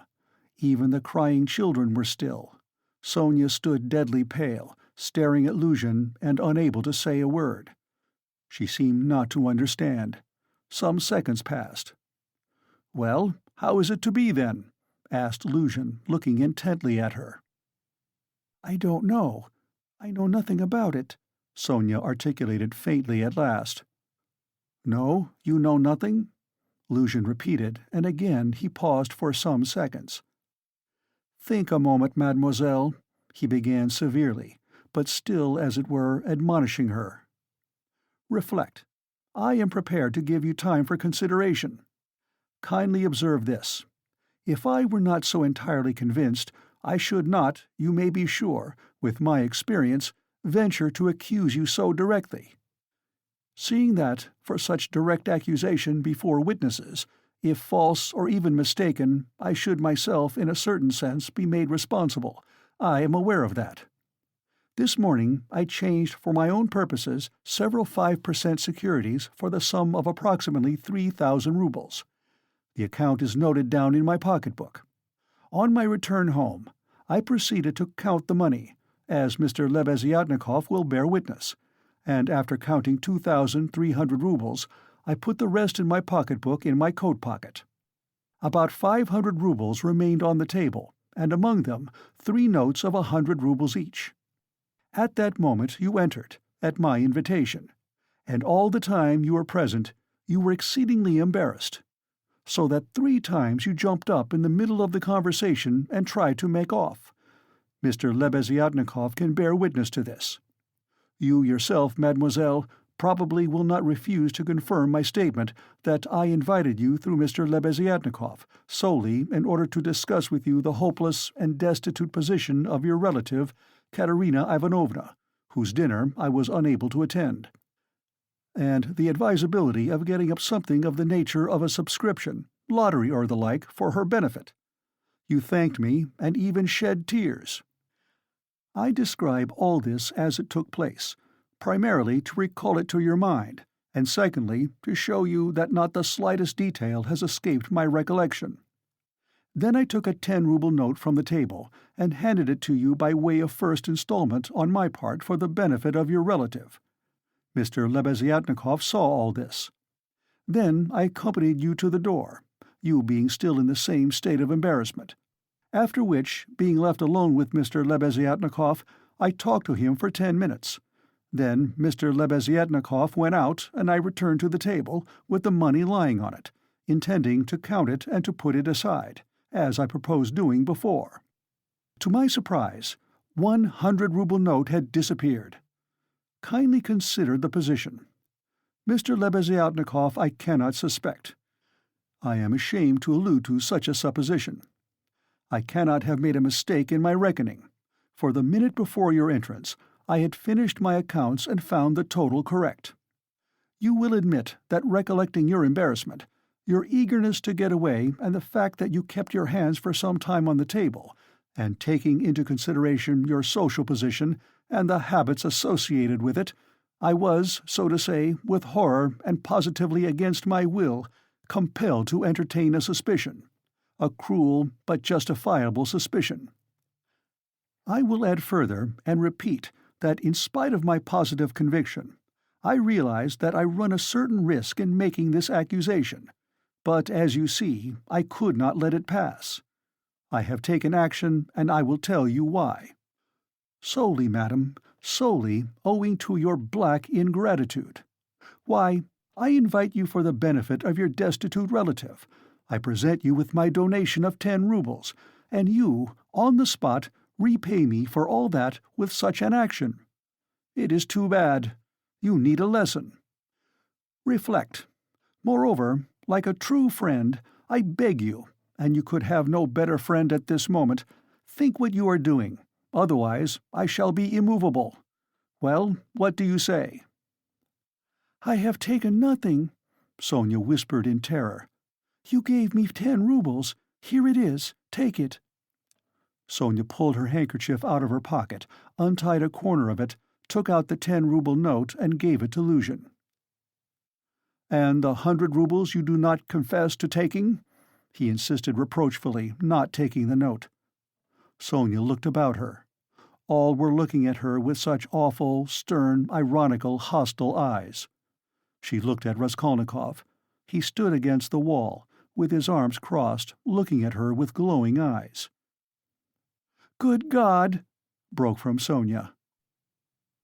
"Amalia Ivanovna, we shall have to send word to the police, and therefore I humbly beg you meanwhile to send for the house porter," Luzhin said softly and even kindly. "Gott der Barmherzige! I knew she was the thief!" cried Amalia Ivanovna, throwing up her hands. "You knew it?" Luzhin caught her up. "Then I suppose you had some reason before this for thinking so. I beg you, worthy Amalia Ivanovna, to remember your words which have been uttered before witnesses." There was a buzz of loud conversation on all sides. All were in movement. "What?" cried Katerina Ivanovna, suddenly realizing the position, and she rushed at Luzhin. "What? You accuse her of stealing? Sonia? Ah, the wretches! The wretches!" And running to Sonia, she flung her wasted arms round her and held her as in a vice. "Sonia, how dare you take 10 rubles from him? Foolish girl! Give it to me. Give me the 10 rubles at once. Here." And snatching the note from Sonia, Katerina Ivanovna crumpled it up and flung it straight into Luzhin's face. It hit him in the eye and fell on the ground. Amalia Ivanovna hastened to pick it up. Pyotr Petrovitch lost his temper. "Hold that mad woman!" he shouted. At that moment, several other persons, besides Lebeziatnikov, appeared in the doorway, among them the two ladies. "What? Mad? I am mad? Idiot!" shrieked Katerina Ivanovna. "You are an idiot yourself, pettifogging lawyer, base man! Sonia, take his money. Sonia, a thief! Why, she'd give away her last penny!" And Katerina Ivanovna broke into hysterical laughter. "Did you ever see such an idiot?" She turned from side to side. "And you too?" She suddenly saw the landlady. "And you too, sausage-eater, you declare that she is a thief, you trashy Prussian hensleg in a crinoline? She hasn't been out of this room. She came straight from you, you wretch, and sat down beside me. Everyone saw her. She sat here, by Rodion Romanovitch. Search her. Since she's not left the room, the money would have to be on her. Search her, search her! But if you don't find it, then excuse me, my dear fellow, you'll answer for it. I'll go to our sovereign, to our gracious Tsar himself, and throw myself at his feet, today, this minute. I am alone in the world. They would let me in. Do you think they wouldn't? You're wrong. I will get in. I will get in. You reckoned on her meekness. You relied upon that. But I am not so submissive, let me tell you. You've gone too far yourself. Search her! Search her!" And Katerina Ivanovna, in a frenzy, shook Luzhin and dragged him towards Sonia. "I am ready. I'll be responsible. But calm yourself, madam, calm yourself. I see that you are not so submissive." Well, but as to that," Luzhin muttered, "that ought to be before the police, though, indeed, there are witnesses enough as it is. I am ready. But in any case, it's difficult for a man, on account of her sex. But with the help of Amalia Ivanovna, though, of course, it's not the way to do things. How is it to be done?" "As you will. Let anyone who likes search her," cried Katerina Ivanovna. "Sonia, turn out your pockets. See? Look, monster, the pocket is empty. Here was her handkerchief. Here is the other pocket. Look! Do you see? Do you see?" And Katerina Ivanovna turned, or rather snatched, both pockets inside out. But from the right pocket a piece of paper flew out, and describing a parabola in the air, fell at Luzhin's feet. Everyone saw it. Several cried out. Pyotr Petrovitch stooped down, picked up the paper in 2 fingers, lifted it where all could see it, and opened it. It was a 100-ruble note, folded in 8. Pyotr Petrovitch held up the note, showing it to everyone. "Thief! Out of my lodging! Police! Police!" yelled Amalia Ivanovna. "They must to Siberia be sent! Away!" Exclamations arose on all sides. Raskolnikov was silent, keeping his eyes fixed on Sonia, except for an occasional rapid glance at Luzhin. Sonia stood still, as though unconscious. She was hardly able to feel surprise. Suddenly the color rushed to her cheeks. She uttered a cry and hid her face in her hands. "No, it wasn't I! I didn't take it! I know nothing about it!" she cried with a heart-rending wail, and she ran to Katerina Ivanovna, who clasped her tightly in her arms, as though she would shelter her from all the world. "Sonia, Sonia, I don't believe it! You see, I don't believe it!" she cried in the face of the obvious fact, swaying her to and fro in her arms like a baby, kissing her face continually, then snatching at her hands and kissing them too. "You took it! How stupid these people are! Oh, dear! You are fools! Fools!" she cried, addressing the whole room. You don't know what a heart she has, what a girl she is. She'd take it, she? She'd sell her last rag. She'd go barefoot to help you if you needed it. That's what she is. She has the yellow passport because my children were starving. She sold herself for us. Ah, husband, husband, do you see, do you see? What a memorial dinner for you! Merciful heavens! Defend her! Why are you all standing still? Rodion Romanovich, why don't you stand up for her? Do you believe it too? You are not worth her little finger, all of you together. Good God, defend her now, at least." The wail of the poor, consumptive, helpless woman seemed to produce a great effect on her audience. The agonized, wasted, consumptive face, the parched, blood-stained lips, the hoarse voice, the tears unrestrained as a child's, the trustful, childish, and yet despairing prayer for help were so piteous that everyone seemed to feel for her. Pyotr Petrovitch, at any rate, was at once moved to compassion. "Madam, madam, this incident does not reflect upon you," he cried impressively. "No one would take upon himself to accuse you of being an instigator or even an accomplice in it, especially as you have proved her guilt by turning out her pockets, showing that you had no previous idea of it. I am most ready to show compassion, if poverty, so to speak, drove Sofya Semyonovna to it. But why did you refuse to confess, mademoiselle? Were you afraid of the disgrace? The first step? You lost your head, perhaps? One can quite understand it. But how could you have lowered yourself to such an action? Gentlemen," he addressed the whole company, "gentlemen, compassionate and, so to say, commiserating these people, I am ready to overlook it even now in spite of the personal insult lavished upon me.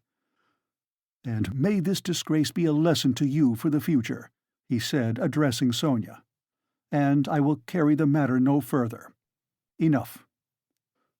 Pyotr Petrovitch stole a glance at Raskolnikov. Their eyes met, and the fire in Raskolnikov's seemed ready to reduce him to ashes. Meanwhile, Katerina Ivanovna apparently heard nothing. She was kissing and hugging Sonia like a madwoman. The children, too, were embracing Sonia on all sides, and Polenka, though she did not fully understand what was wrong, was drowned in tears and shaking with sobs as she hid her pretty little face, swollen with weeping, on Sonia's shoulder. "How vile!" a loud voice cried suddenly in the doorway. Pyotr Petrovitch looked round quickly. "What vileness!" Lebeziatnikov repeated, staring him straight in the face. Pyotr Petrovitch gave a positive start. All noticed it and recalled it afterwards. Lebeziatnikov strode into the room. "And you dare to call me as a witness?" he said, going up to Pyotr Petrovitch. "What do you mean? What are you talking about?" muttered Luzhin. "I mean that you are a slanderer. That's what my words mean," Lebeziatnikov said hotly, looking sternly at him with his short-sighted eyes. He was extremely angry. Raskolnikov gazed intently at him, as though seizing and weighing each word. Again there was a silence. Pyotr Petrovitch indeed seemed almost dumbfounded for the first moment. "If you mean that for me," he began, stammering, "but what's the matter with you? Are you out of your mind?" "I'm in my mind, but you are a scoundrel." "Ah, how vile! I have heard everything. I kept waiting on purpose to understand it, for I must own even now it is not quite logical. What you have done it all for, I can't understand." "Why, what have I done, then? Give over talking your nonsensical riddles, or maybe you are drunk." "You may be a drunkard, perhaps, vile man, but I am not. I never touch vodka, for it's against my convictions. Would you believe it? He himself, with his own hands, gave Sofya Semyonovna that 100-ruble note. I saw it. I was a witness. I'll take my oath. He did it. He," repeated Lebeziatnikov, addressing all. "Are you crazy, milksop?" squealed Luzhin. "She is herself before you. She herself here declared just now before everyone that I gave her only 10 rubles. How could I have given it to her?" "I saw it. I saw it," Lebeziatnikov repeated. "And though it is against my principles, I am ready this very minute to take any oath you like before the court, for I saw how you slipped it in her pocket. Only, like a fool, I thought you did it out of kindness. When you were saying good-bye to her at the door, while you held her hand in one hand, with the other, the left, you slipped the note into her pocket. I saw it. I saw it." Luzhin turned pale. "What lies!" he cried impudently. "Why, how could you, standing by the window, see the note? You fancied it with your short-sighted eyes. You are raving." "No, I didn't fancy it. And though I was standing some way off, I saw it all. And though it certainly would be hard to distinguish a note from the window, that's true, I knew for certain that it was a 100-ruble note, because when you were going to give Sofya Semyonovna 10 rubles, you took up from the table a 100-ruble note. I saw it because I was standing near then, and an idea struck me at once, so that I did not forget you had it in your hand. You folded it and kept it in your hand all the time. I didn't think of it again until, when you were getting up, you changed it from your right hand to your left, and nearly dropped it. I noticed it because the same idea struck me again, that you meant to do her a kindness without my seeing. You can fancy how I watched you, and I saw how you succeeded in slipping it into her pocket. I saw it, I'll take my oath." Lebeziatnikov was almost breathless. Exclamations arose on all hands, chiefly expressive of wonder, but some were menacing in tone. They all crowded round Pyotr Petrovitch. Katerina Ivanovna flew to Lebeziatnikov. "I was mistaken in you. Protect her. You are the only one to take her part. She is an orphan. God has sent you." Katerina Ivanovna, hardly knowing what she was doing, sank on her knees before him. "A pack of nonsense!" yelled Luzhin, roused to fury. "It's all nonsense you've been talking. An idea struck you. You didn't think. You noticed. What does it amount to? So I gave it to her on the sly, on purpose? What for? With what object? What have I to do with this?" "What for? That's what I can't understand. But that what I am telling you is the fact, that's certain. So far from my being mistaken, you infamous criminal man, I remember how, on account of it, a question occurred to me at once, just when I was thanking you and pressing your hand. What made you put it secretly in her pocket? Why you did it secretly, I mean. Could it simply be to conceal it from me, knowing that my convictions are opposed to yours, and that I do not approve of private benevolence, which effects no radical cure? Well, I decided that you really were ashamed of giving such a large sum before me. Perhaps, too, I thought, he wants to give her a surprise when she finds a whole 100-ruble note in her pocket. For I know some benevolent people are very fond of decking out their charitable actions in that way.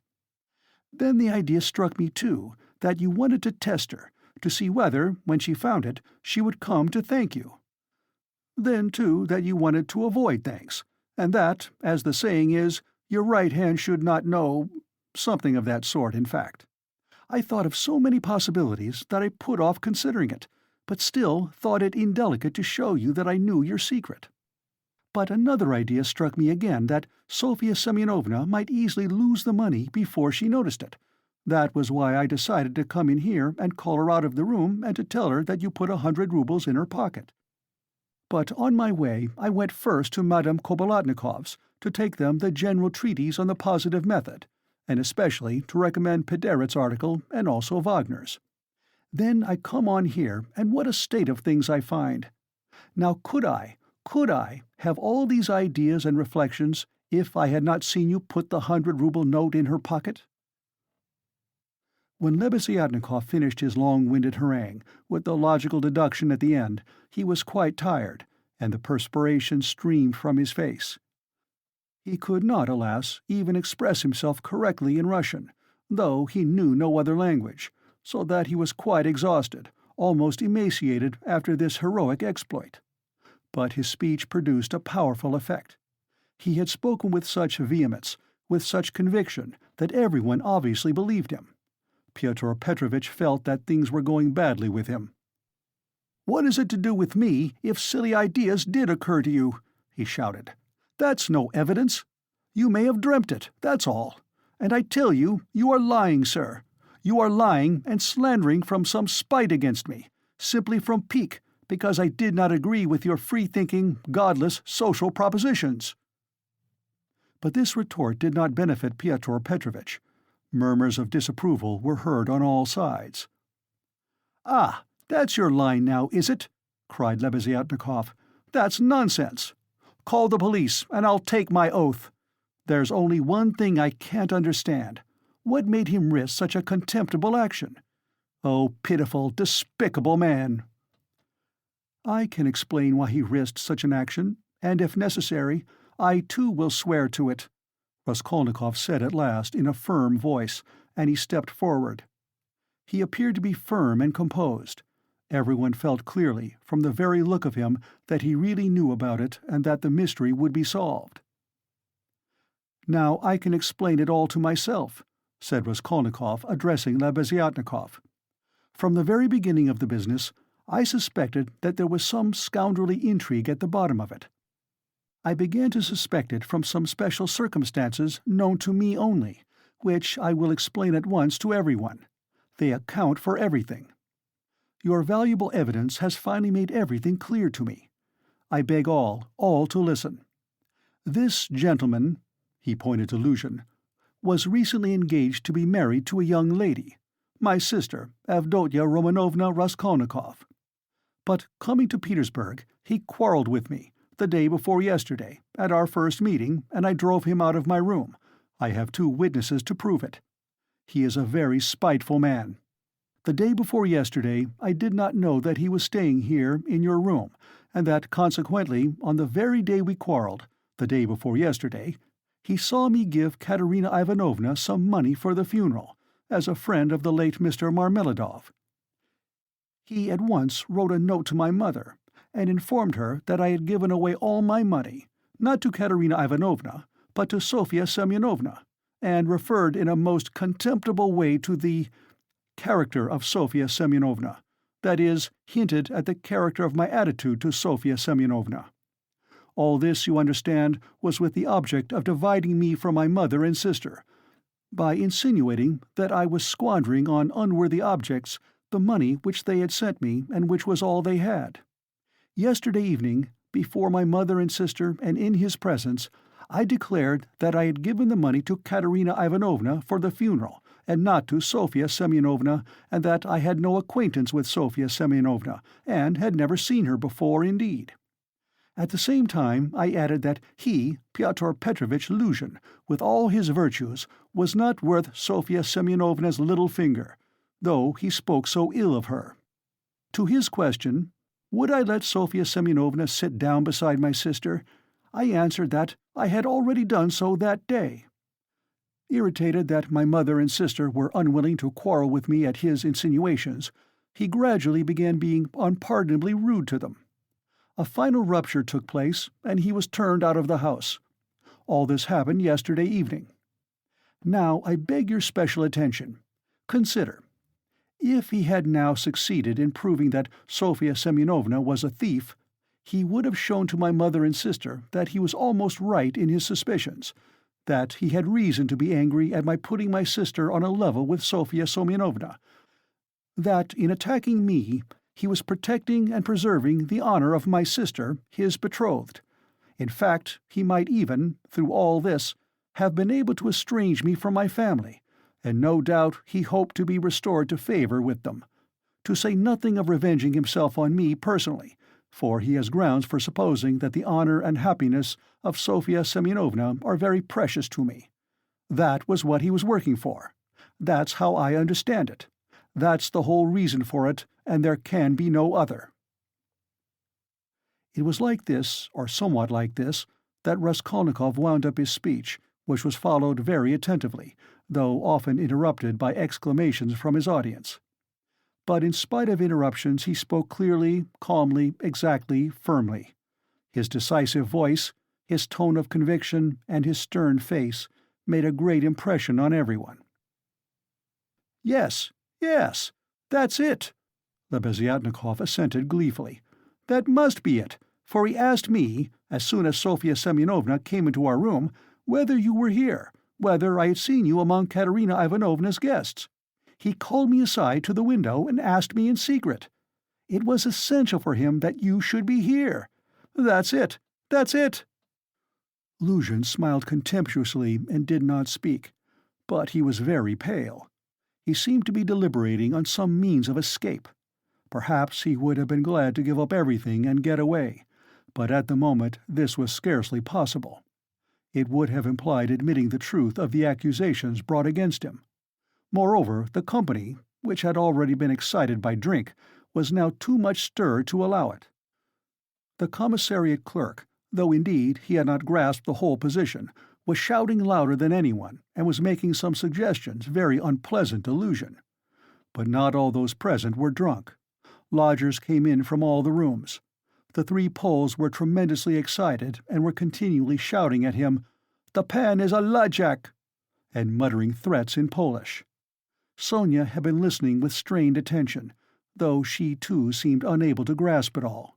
She seemed as though she had just returned to consciousness. She did not take her eyes off Raskolnikov, feeling that all her safety lay in him. Katerina Ivanovna breathed hard and painfully, and seemed fearfully exhausted. Amalia Ivanovna stood looking more stupid than anyone, with her mouth wide open, unable to make out what had happened. She only saw that Pyotr Petrovitch had somehow come to grief. Raskolnikov was attempting to speak again, but they did not let him. Everyone was crowding round Luzhin with threats and shouts of abuse. But Pyotr Petrovitch was not intimidated. Seeing that his accusation of Sonia had completely failed, he had recourse to insolence. "Allow me, gentlemen, allow me! Don't squeeze me! Let me pass!" he said, making his way through the crowd. "And no threats, if you please. I assure you it will be useless. You will gain nothing by it. On the contrary, you'll have to answer, gentlemen, for violently obstructing the course of justice. The thief has been more than unmasked, and I shall prosecute. Our judges are not so blind and not so drunk, and will not believe the testimony of two notorious infidels, agitators, and atheists, who accuse me from motives of personal revenge which they are foolish enough to admit. Yes, allow me to pass. Don't let me find a trace of you in my room. Kindly leave at once, and everything is at an end between us. When I think of the trouble I've been taking, the way I've been expounding, all this fortnight— I told you myself today that I was going, when you tried to keep me. Now I will simply add that you are a fool. I advise you to see a doctor for your brains and your short sight. Let me pass, gentlemen." He forced his way through, but the commissariat clerk was unwilling to let him off so easily. He picked up a glass from the table, brandished it in the air, and flung it at Pyotr Petrovitch, but the glass flew straight at Amalia Ivanovna. She screamed, and the clerk, overbalancing, fell heavily under the table. Pyotr Petrovitch made his way to his room, and half an hour later had left the house. Sonia, timid by nature, had felt before that day that she could be ill-treated more easily than anyone, and that she could be wronged with impunity. Yet till that moment she had fancied that she might escape misfortune by care, gentleness, and submissiveness before everyone. Her disappointment was too great. She could, of course, bear with patience and almost without murmur anything, even this. But for the first minute she felt it too bitter. In spite of her triumph and her justification, when her first terror and stupefaction had passed and she could understand it all clearly, the feeling of her helplessness and of the wrong done to her made her heart throb with anguish, and she was overcome with hysterical weeping. At last, unable to bear any more, she rushed out of the room and ran home, almost immediately after Luzhin's departure. When, amidst loud laughter, the glass flew at Amalia Ivanovna, it was more than the landlady could endure. With a shriek she rushed like a fury at Katerina Ivanovna, considering her to blame for everything. "Out of my lodgings! At once! Quick, march!" And with these words she began snatching up everything she could lay her hands on that belonged to Katerina Ivanovna, and throwing it on the floor.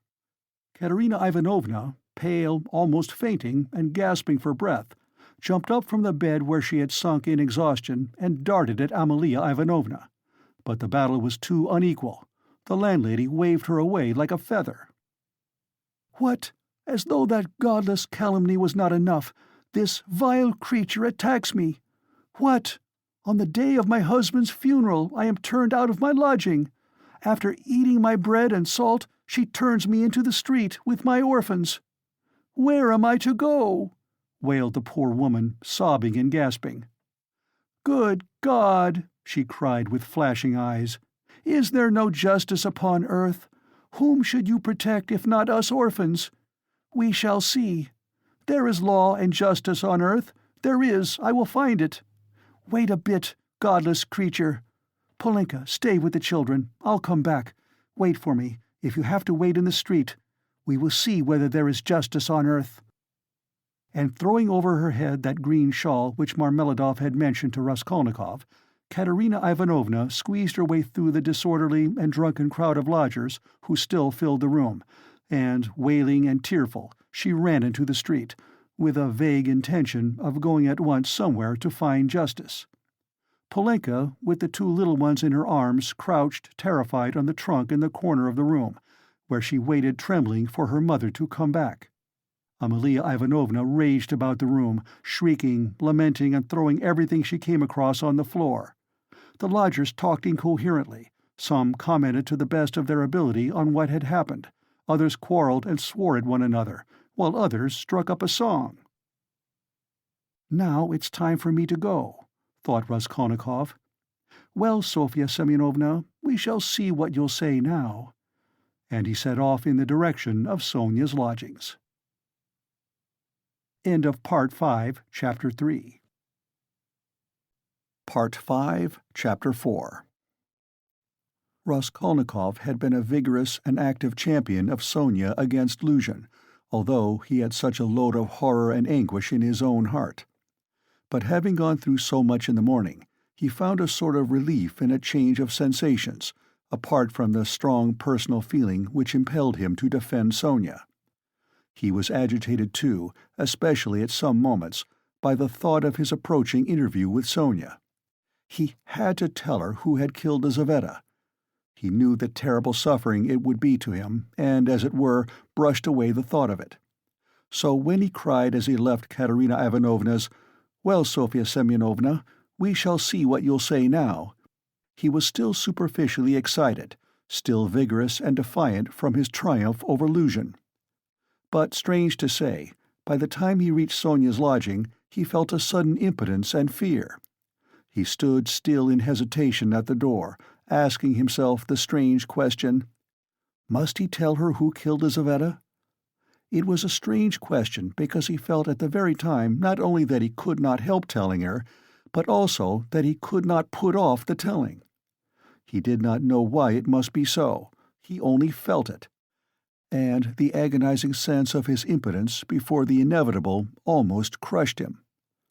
To cut short his hesitation and suffering, he quickly opened the door and looked at Sonia from the doorway. She was sitting with her elbows on the table and her face in her hands, but seeing Raskolnikov, she got up at once and came to meet him as though she were expecting him. "What would have become of me but for you?" she said quickly, meeting him in the middle of the room. Evidently, she was in haste to say this to him. It was what she had been waiting for. Raskolnikov went to the table and sat down on the chair, from which she had only just risen. She stood facing him 2 steps away, just as he had done the day before. "Well, Sonia," he said, and felt that his voice was trembling. "It was all due to your social position and the habits associated with it. Did you understand that just now?" Her face showed her distress. "Only don't talk to me as you did yesterday," she interrupted him. "Please don't begin it. There is misery enough without that." She made haste to smile, afraid that he might not like the reproach. "I was silly to come away from there. What is happening there now? I wanted to go back directly, but I kept thinking that you would come." He told her that Amalia Ivanovna was turning them out of their lodging, and that Katerina Ivanovna had run off somewhere to seek justice. "My God!" cried Sonia. "Let's go at once." And she snatched up her cape. "It's everlastingly the same thing," said Raskolnikov irritably. "You've no thought except for them. Stay a little with me." "But Katerina Ivanovna—" "You won't lose Katerina Ivanovna, you may be sure. She'll come to you herself since she has run out," he added peevishly. "If she doesn't find you here, you'll be blamed for it." Sonia sat down in painful suspense. Raskolnikov was silent, gazing at the floor and deliberating. "This time, Luzhin did not want to prosecute you," he began, not looking at Sonia. "But if he wanted to, if it had suited his plans, he would have sent you to prison if it had not been for Lebeziatnikov and me, ah?" "Yes," she assented in a faint voice. "Yes," she repeated, preoccupied and distressed. "But I might easily not have been there. And it was quite an accident, Lebeziatnikov turning up." Sonia was silent. "And if you'd gone to prison, what then? Do you remember what I said yesterday?" Again she did not answer. He waited. "I thought you would cry out again, 'Don't speak of it, leave off.'" Raskolnikov gave a laugh, but a rather forced one. "What, silence again?" he asked a minute later. "We must talk about something, you know. It would be interesting for me to know how you would decide a certain problem, as Lebeziatnikov would say." He was beginning to lose the thread. "No, really, I am serious. Imagine, Sonia, that you had known all Luzhin's intentions beforehand. Known, that is, for a fact, that they would be the ruin of Katerina Ivanovna and the children, and yourself thrown in, since you don't count yourself for anything, Polenka too, for she'll go the same way. Well, if suddenly it all depended on your decision whether he or they should go on living, that is, whether Luzhin should go on living and doing wicked things, or Katerina Ivanovna should die, how would you decide which of them was to die? I ask you." Sonia looked uneasily at him. There was something peculiar in his hesitating question, which seemed approaching something in a roundabout way. "I felt that you were going to ask some question like that," she said, looking inquisitively at him. "I dare say you did. But how is it to be answered?" "Why do you ask about what could not happen?" said Sonia reluctantly. "Then it would be better for Luzhin to go on living and doing wicked things? You haven't dared to decide even that." "But I can't know the divine providence, and why do you ask what can't be answered? What's the use of such foolish questions? How could it happen that it should depend on my decision? Who has made me a judge to decide who is to live and who is not to live?" "Oh, if the divine providence is to be mixed up in it, there is no doing anything," Raskolnikov grumbled morosely. "You'd better say straight out what you want," Sonia cried in distress. "You are leading up to something again. Can you have come simply to torture me?" She could not control herself, and began crying bitterly. He looked at her in gloomy misery.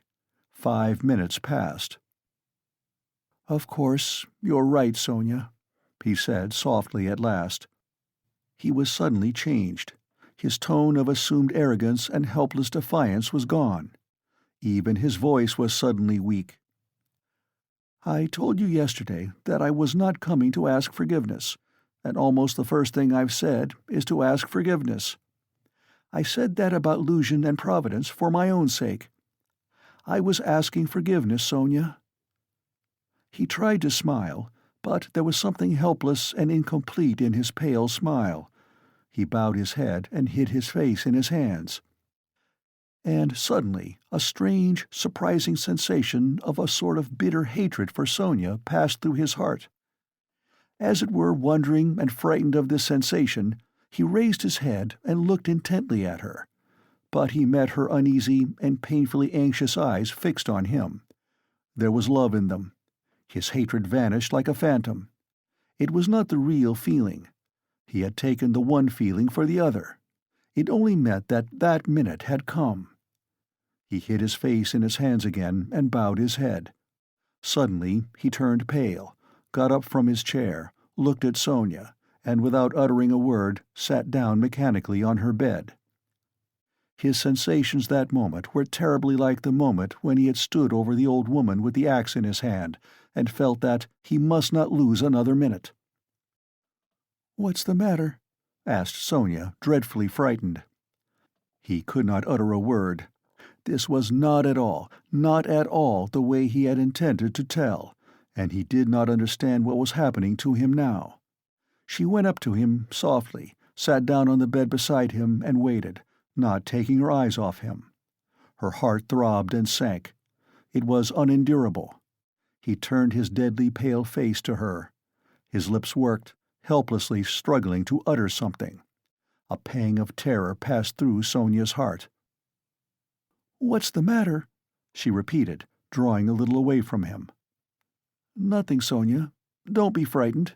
It's nonsense." "It really is nonsense if you think of it," he muttered, like a man in delirium. "Why have I come to torture you?" he added suddenly, looking at her. "Why, really?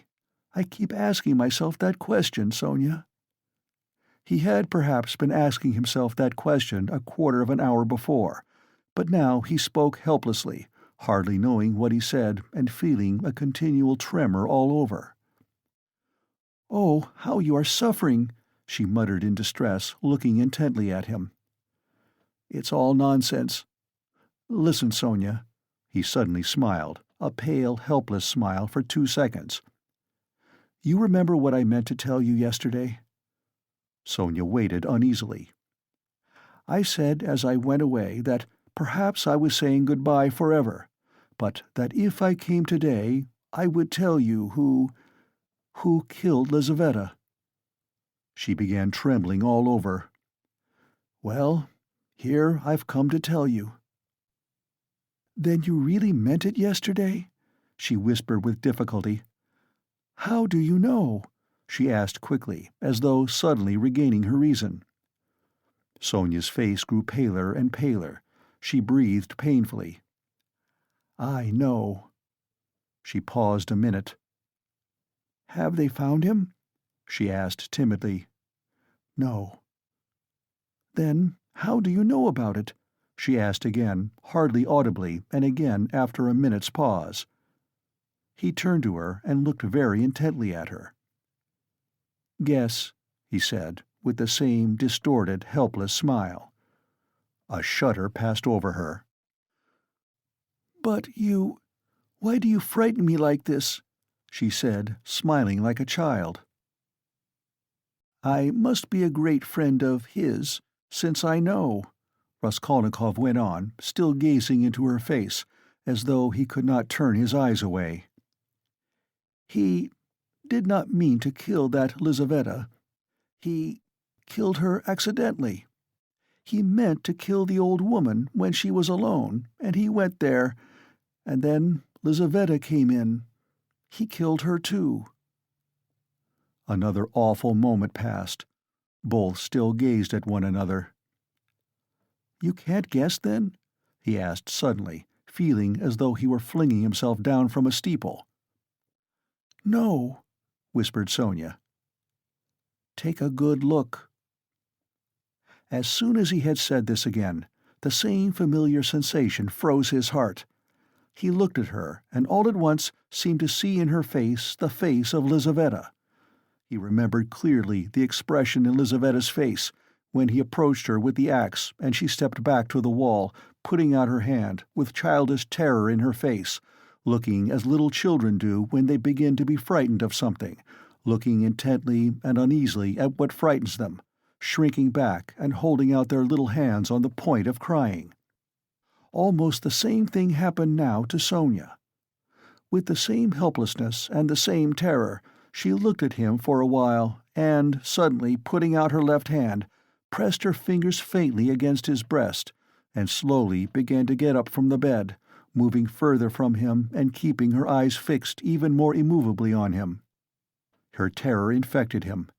The same fear showed itself on his face. In the same way he stared at her, and almost with the same childish smile.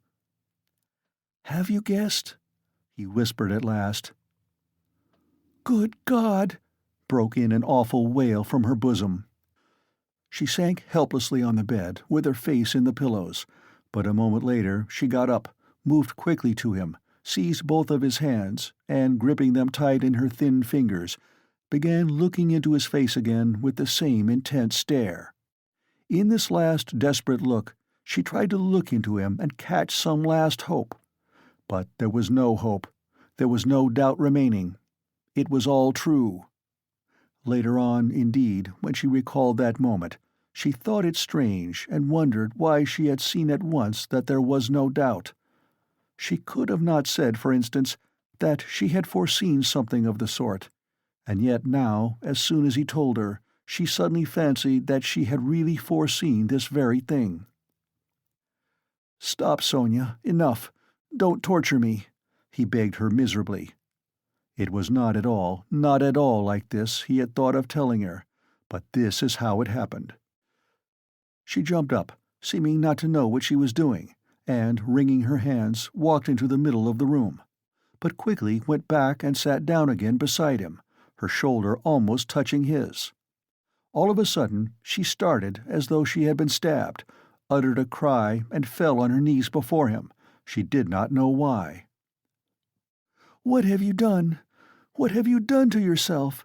she said in despair, and jumping up, she flung herself on his neck, threw her arms around him, and held him tightly. Raskolnikov drew back and looked at her with a mournful smile. "You are a strange girl, Sonia. You kiss me and hug me when I tell you about that. You don't think what you are doing."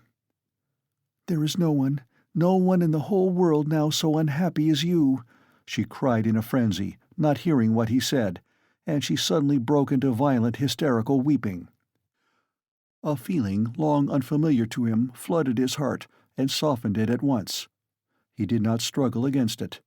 2 tears started into his eyes and hung on his eyelashes. "Then you won't leave me, Sonia?" he said, looking at her almost with hope. "No, no, never, nowhere," cried Sonia.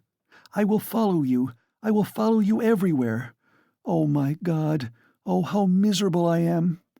Why didn't I know you before? Why didn't you come before? Oh, dear!" "Here I have come." "Yes, now. What's to be done now?" Together, she repeated, as it were, unconsciously, and she hugged him again. "I'll follow you to Siberia."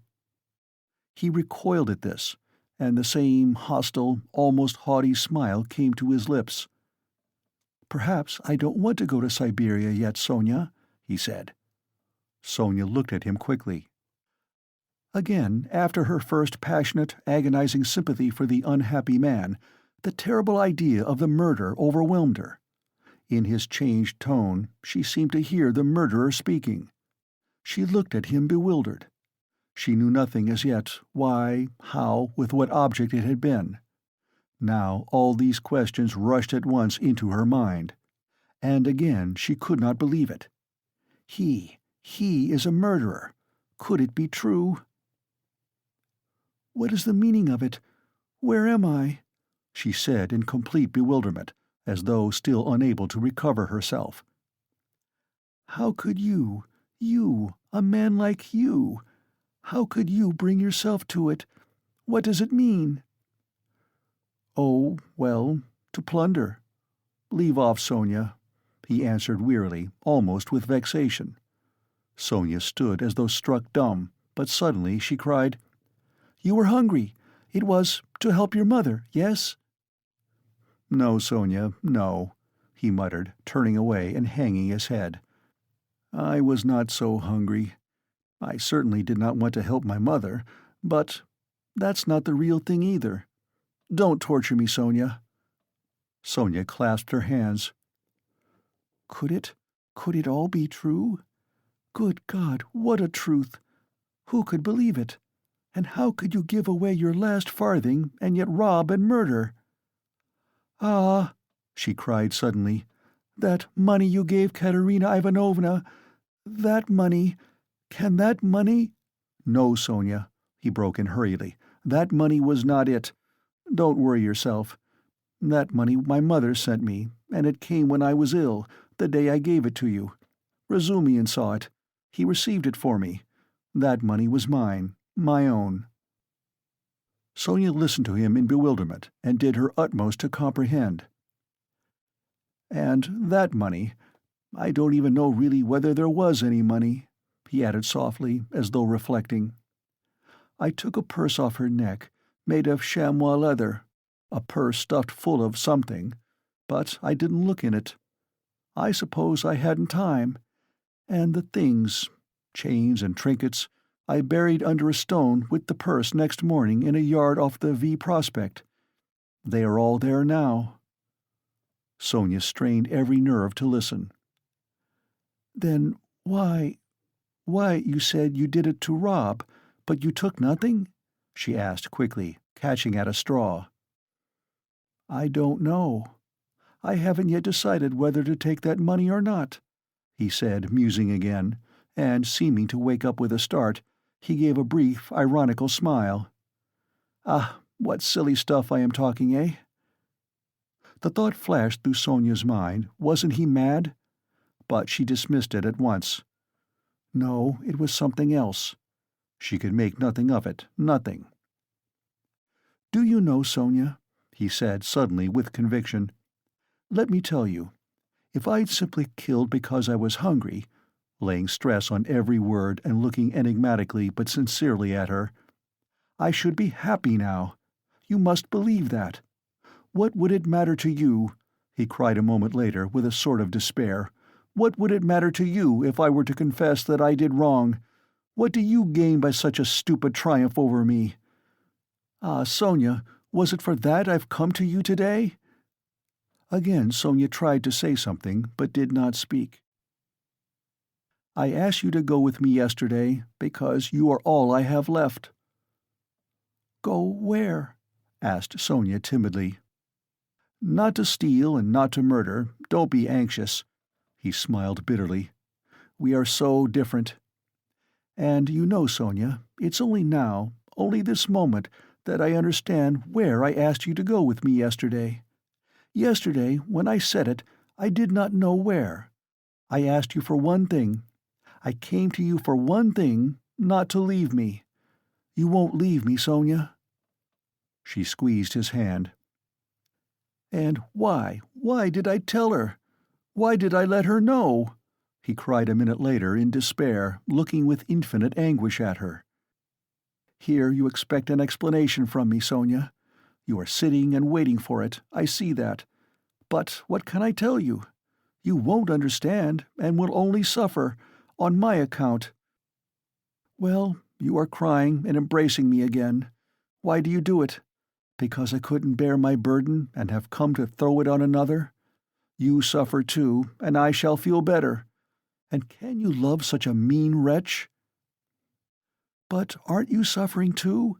cried Sonia. Again a wave of the same feeling surged into his heart, and again for an instant softened it. "Sonia, I have a bad heart. Take note of that. It may explain a great deal. I have come because I am bad. There are men who wouldn't have come. But I am a coward and a mean wretch. But never mind, that's not the point. I must speak now, but I don't know how to begin." He paused and sank into thought. "Ah, we are so different," he cried again. "We are not alike. And why did I come? I shall never forgive myself that."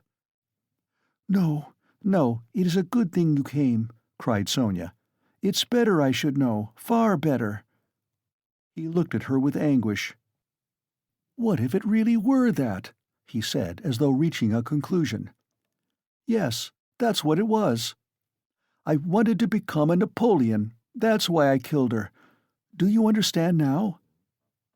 "No," Sonia whispered naively and timidly. "Only speak, speak. I shall understand. I shall understand it in myself," she kept begging him. "You'll understand? Very well, we shall see." He paused, and was for some time lost in meditation. "It was like this. I asked myself one day this question. What if Napoleon, for instance, had happened to be in my place, and if he had not had Toulon, or Egypt, nor the passage of Mont Blanc to begin his career with, but instead of all those picturesque and monumental things, There had simply been some ridiculous old hag, a pawnbroker, who had to be murdered too to get money from her trunk, for his career, you understand. Well, would he have brought himself to that if there had been no other means? Wouldn't he have felt a pang at its being so far from monumental and sinful too? Well, I must tell you that I worried myself fearfully over that question, so that I was awfully ashamed when I guessed at last, all of a sudden, somehow, that it would not have given him the least pang, that it would not even have struck him that it was not monumental, that he would not have seen that there was anything in it to pause over, and that, if he had had no other way, he would have strangled her in a minute without thinking about it. Well, I, too, left off thinking about it, murdered her, following his example. And that's exactly how it was. Do you think it funny? Yes, Sonia, the funniest thing of all is that perhaps that's just how it was. Sonia did not think it at all funny. You had better tell me straight out, without examples, she begged, still more timidly and scarcely audible. He turned to her, looked sadly at her, and took her hands. You are right again, Sonia. Of course, that's all nonsense. It's almost all talk. You see, you know, of course, that my mother has scarcely anything. My sister happened to have a good education and was condemned to drudge as a governess. All their hopes were centered on me. I was a student, but I couldn't keep myself at the university, and was forced for a time to leave it. Even if I'd lingered on like that, in 10 or 12 years, I might, with luck, hope to be some sort of teacher or clerk with a salary of 1,000 rubles. He repeated it as though it were a lesson. And by that time my mother would have been worn out with grief and anxiety, and I could not succeed in keeping her in comfort, while my sister, well, my sister might well have fared worse. And it's a hard thing to pass everything by all one's life, to turn one's back upon everything, to forget one's mother and decorously accept the insults inflicted on one's sister. Why should one? When one has buried them to burden oneself with others, wife and children, and to leave them again without a farthing. So I resolved to gain possession of the old woman's money, and to use it for my first years without worrying my mother, to keep myself at the university, and for a little while after leaving it, and to do this all on a broad, thorough scale, so as to build up a completely new career and enter upon a new life of independence. Well, that's all. Well, of course, in killing the old woman I did wrong. Well, that's enough. He struggled to the end of his speech in exhaustion and let his head sink. "Oh, that's not it. That's not it," Sonia cried in distress. "How could one— No, that's not right. Not right." "You see yourself that it's not right. But I've spoken truly. It's the truth." "As though that could be the truth. Good God!" "I've only killed a louse, Sonia. A useless, loathsome, harmful creature." "A human being? A louse?" "I too know it wasn't a louse," he answered, looking strangely at her. "But I am talking nonsense, Sonia," he added. "I've been talking nonsense a long time. That's not it. You are right there. There were quite other causes for it. I haven't talked to anyone for so long, Sonia. My head aches dreadfully now." His eyes shone with feverish brilliance. He was almost delirious. An uneasy smile strayed on his lips. His terrible exhaustion could be seen through his excitement. Sonia saw how he was suffering. She too was growing dizzy. And he talked so strangely. It seemed somehow comprehensible, but yet— "But how? How? Good God!" And she wrung her hands in despair. "No, Sonia, that's not it," he began again suddenly, raising his head, as though a new and sudden train of thought had struck and as it were roused him. "That's not it. Better imagine— yes, it's certainly better— imagine that I am vain, envious, malicious, base, vindictive, and, well, perhaps with a tendency to insanity. Let's have it all out at once. They've talked of madness already, I noticed. I told you just now I could not keep myself at the university. But do you know that perhaps I might have done? My mother would have sent me what I needed for the fees, and I could have earned enough for clothes, boots, and food, no doubt. Lessons had turned up at half a ruble. Razumian works. But I turned sulky and wouldn't. Yes, sulkiness, that's the right word for it. I sat in my room like a spider. You've been in my den, you've seen it.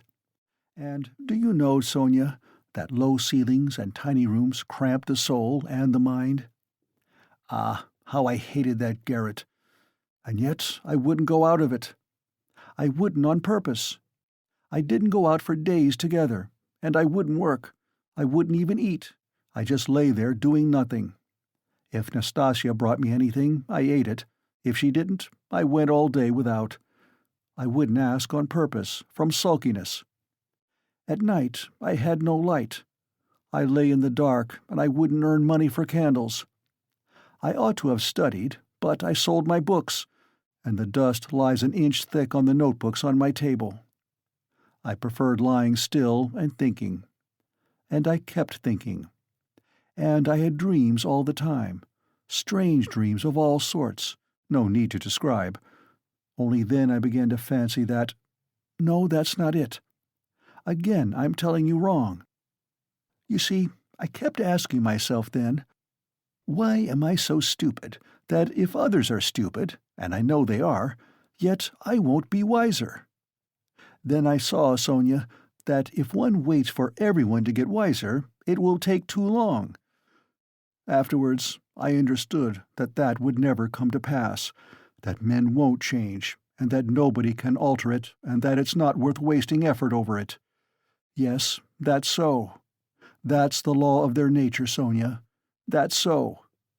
And I know now, Sonia, that whoever is strong in mind and spirit will have power over them. Anyone who is greatly daring is right in their eyes. He who despises most things will be a lawgiver among them, and he who dares most of all will be most in the right. So it has been till now, and so it will always be. A man must be blind not to see it. Though Raskolnikov looked at Sonia as he said this, he no longer cared whether she understood or not. The fever had complete hold of him. He was in a sort of gloomy ecstasy. He certainly had been too long without talking to anyone. Sonia felt that his gloomy creed had become his faith and code. "I divined then, Sonia," he went on eagerly, "that power is only vouchsafed to the man who dares to stoop and pick it up. There is only one thing needful. One has only to dare. Then, for the first time in my life, an idea took shape in my mind which no one had ever thought of before me, no one. I saw clear as daylight how strange it is that not a single person living in this mad world has had the daring to go straight for it all and send it flying to the devil. I wanted to have the daring, and I killed her. I only wanted to have the daring, Sonia. That was the whole cause of it." "Oh, hush, hush," cried Sonia, clasping her hands. "You turned away from God, and God has smitten you, has given you over to the devil." "Then, Sonia, when I used to lie there in the dark and all this became clear to me, was it a temptation of the devil, eh?" "Hush, don't laugh, blasphemer. You don't understand, you don't understand. Oh, God, he won't understand." "Hush, Sonia, I am not laughing. I know myself that it was the devil leading me. Hush, Sonia, hush," he repeated with gloomy insistence. "I know it all. I have thought it all over and over and whispered it all over to myself, lying there in the dark. I have argued it all over with myself, every point of it, and I know it all. And how sick I was then of going over it all. I have kept wanting to forget it and make a new beginning, Sonia, and leave off thinking. And don't you suppose that I went into it headlong like a fool? I went into it like a wise man, and that was just my destruction.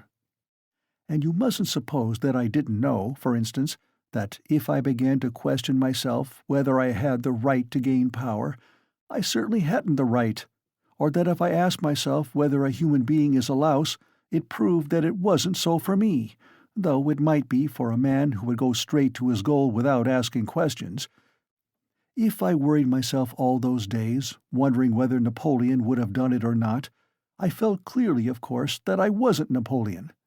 I had to endure all the agony of that battle of ideas, Sonia, and I longed to throw it off. I wanted to murder without casuistry, to murder for my own sake, for myself alone. I didn't want to lie about it even to myself. It wasn't to help my mother I did the murder. That's nonsense. I didn't do the murder to gain wealth and power and to become a benefactor of mankind. Nonsense. I simply did it. I did the murder for myself alone, and whether I became a benefactor to others or spent my life like a spider catching men in my web and sucking the life out of men, I couldn't have cared at that moment. And it was not the money I wanted, Sonia, when I did it. It was not so much the money I wanted, but something else. I know it all now. Understand me. Perhaps I should never have committed a murder again. I wanted to find out something else. It was something else led me on. I wanted to find out then and quickly whether I was a louse like everybody else or a man, whether I can step over barriers or not, whether I dare stoop to pick it up or not, whether I am a trembling creature or whether I have the right— To kill? Have the right to kill? Sonia clasped her hands. "Ah, Sonia," he cried irritably, and seemed about to make some retort, but was contemptuously silent. "Don't interrupt me, Sonia. I want to prove one thing only, that the devil led me on then, and he has shown me since that I had not the right to take that path, because I am just such a louse as all the rest. He was mocking me, and here I've come to you now. Welcome your guest. If I were not a louse, should I have come to you? Listen, when I went then to the old woman's, I only went to try. You may be sure of that." "And you murdered her." "But how did I murder her? Is that how men do murders? Do men go to commit a murder as I went then? I will tell you some day how I went. Did I murder the old woman? I murdered myself, not her. I crushed myself once for all, forever.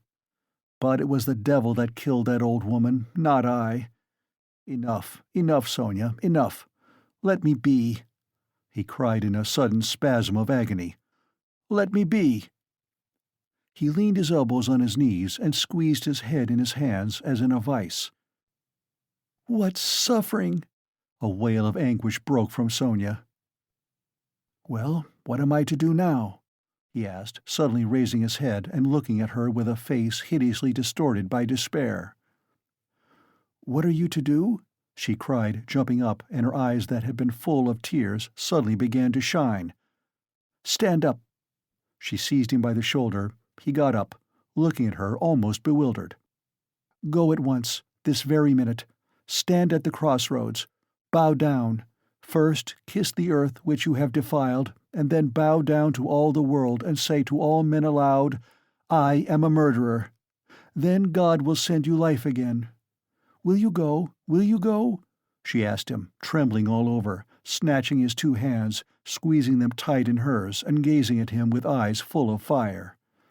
He was amazed at her sudden ecstasy. "You mean Siberia, Sonia? I must give myself up?" he asked gloomily.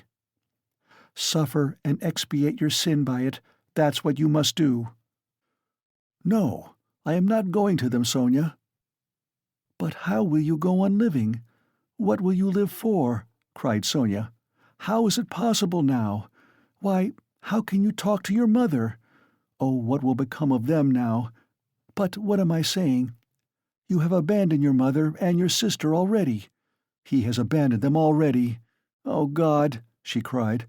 "Why, he knows it all himself. How can he live by himself? What will become of you now?" "Don't be a child, Sonia," he said softly. What wrong have I done them? Why should I go to them? What should I say to them? That's only a phantom. They destroy men by millions themselves and look on it as a virtue. They're knaves and scoundrels, Sonia. I am not going to them. And what should I say to them? That I murdered her, but did not dare to take the money and hid it under a stone?" he added with a bitter smile. "Why, they would laugh at me, and they would call me a fool for not getting it. A coward and a fool. They wouldn't understand, and they don't deserve to understand. Why should I go to them? I won't. Don't be a child, Sonia." "It will be too much for you to bear, too much," she repeated, holding out her hands in despairing supplication. "Perhaps I've been unfair to myself," he observed gloomily, pondering. "Perhaps, after all, I am a man and not a louse, and I've been in too great a hurry to condemn myself. I'll make another fight for it." A haughty smile appeared on his lips. "What a burden to bear! And your whole life, your whole life!" "I shall get used to it," he said grimly and thoughtfully. "Listen," he began a minute later. "Stop crying. It's time to talk of the facts. I've come to tell you that the police are after me, on my track." "Ah!" Sonia cried in terror. "Well, why do you cry out? You want me to go to Siberia, and now you are frightened? But let me tell you, I shall not give myself up. I shall make a struggle for it, and they won't do anything to me. They've no real evidence. Yesterday I was in great danger and believed I was lost, but today things are going better. All the facts they know can be explained two ways. That's to say, I can turn their accusations to my credit. Do you understand? And I shall, for I've learnt my lesson. But they will certainly arrest me. If it had not been for something that happened, they would have done so today for certain. Perhaps even now they will arrest me today. But that's no matter, Sonia. They'll let me out again, for there isn't any real proof against me, and there won't be, I give you my word for it. And they can't convict a man on what they have against me. Enough. I only tell you that you may know. I will try to manage somehow to put it to my mother and sister so that they won't be frightened. My sister's future is secure, however, now, I believe, and my mother's must be too. Well, that's all. Be careful, though. Will you come and see me in prison when I am there?" "Oh, I will, I will." They sat side by side, both mournful and dejected, as though they had been cast up by the tempest alone on some deserted shore. He looked at Sonia and felt how great was her love for him, and strange to say, he felt it suddenly burdensome and painful to be so loved. Yes, it was a strange and awful sensation. On his way to see Sonia, he had felt that all his hopes rested on her. He expected to be rid of at least part of his suffering, and now, when all her heart turned towards him, he suddenly felt he was immeasurably unhappier than before.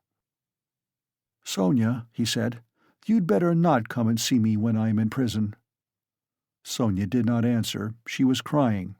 Several minutes passed. "Have you a cross on you?" she asked, as though suddenly thinking of it. He did not at first understand the question. "No, of course not. Here, take this one, of cypress wood. I have another, a copper one, that belonged to Lizaveta. I changed with Lizaveta. She gave me her cross, and I gave her my little icon. I will wear Lizaveta's now and give you this. Take it. It's mine. It's mine, you know," she begged him. "We will go to suffer together, and together we will bear our cross." "Give it me," said Raskolnikov. He did not want to hurt her feelings, but immediately he drew back the hand he held out for the cross. "Not now, Sonia. Better later," he added to comfort her. "Yes, yes, better," she repeated with conviction. "When you go to meet your suffering, then put it on. You will come to me, I'll put it on you, we will pray and go together." At that moment someone knocked 3 times at the door. "Sofya Semyonovna, may I come in?" they heard in a very familiar and polite voice. Sonia rushed to the door in a fright. the flaxen head of Mr. Lebeziatnikov appeared at the door. End of Part 5, Chapter 4. Part 5, Chapter 5. Lebeziatnikov looked perturbed. "I've come to you, Sofya Semyonovna," he began.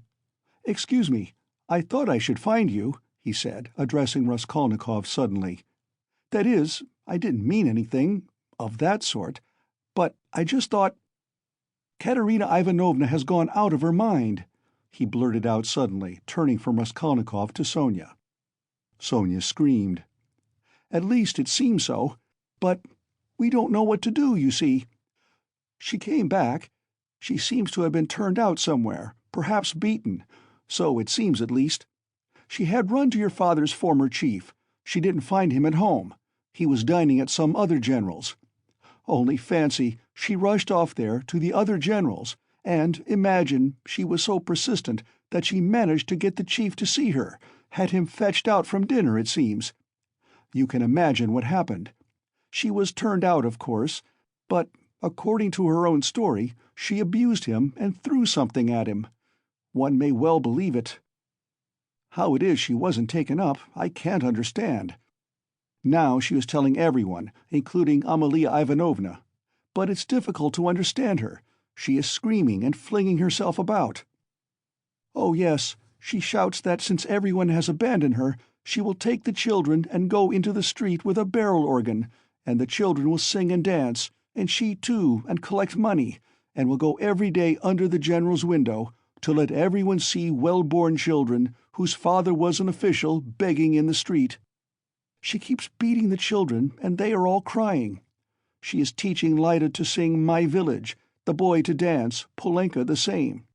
She is tearing up all the clothes, and making them little caps like actors.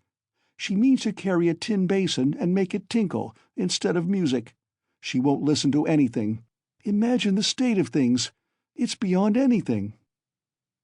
Lebeziatnikov would have gone on, but Sonia, who had heard him almost breathless, snatched up her cloak and hat and ran out of the room, putting on her things as she went. Raskolnikov followed her, and Lebeziatnikov came after him. "She has certainly gone mad," he said to Raskolnikov as they went out into the street. "I didn't want to frighten Sofya Semyonovna, so I said it seemed like, but there isn't a doubt of it.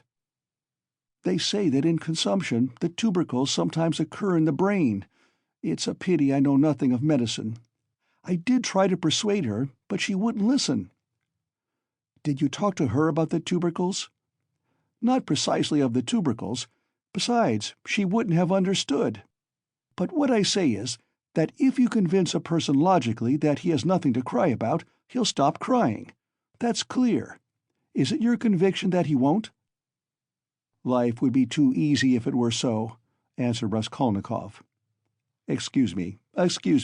Of course it would be rather difficult for Katerina Ivanovna to understand, but do you know that in Paris they have been conducting serious experiments as to the possibility of curing the insane simply by logical argument? One professor there, a scientific man of standing, lately dead, believed in the possibility of such treatment. His idea was that there's really nothing wrong with the physical organism of the insane, and that insanity is, so to speak, a logical mistake, an error of judgment, an incorrect view of things. He gradually showed the madman his error, and, would you believe it, they say he was successful? But as he made use of douches too, how far success was due to that treatment remains uncertain.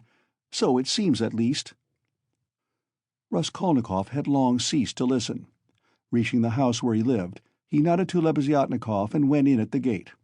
Lebeziatnikov woke up with a start, looked about him, and hurried on. Raskolnikov went into his little room and stood still in the middle of it. Why had he come back here? He looked at the yellow and tattered paper, at the dust, at his sofa. From the yard came a loud, continuous knocking. Someone seemed to be hammering. He went to the window, rose on tiptoe, and looked out into the yard for a long time with an air of absorbed attention. But the yard was empty, and he could not see who was hammering. In the house on the left, he saw some open windows. On the window-sills were pots of sickly-looking geraniums. Linen was hung out of the windows. He knew it all by heart. He turned away and sat down on the sofa. Never, never had he felt himself so fearfully alone. Yes, he felt once more that he would perhaps come to hate Sonia, now that he had made her more miserable. Why had he gone to her to beg for her tears? What need had he to poison her life? Oh, the meanness of it! "I will remain alone," he said resolutely, "and she shall not come to the prison." 5 minutes later he raised his head with a strange smile. That was a strange thought. Perhaps it really would be better in Siberia, he thought suddenly.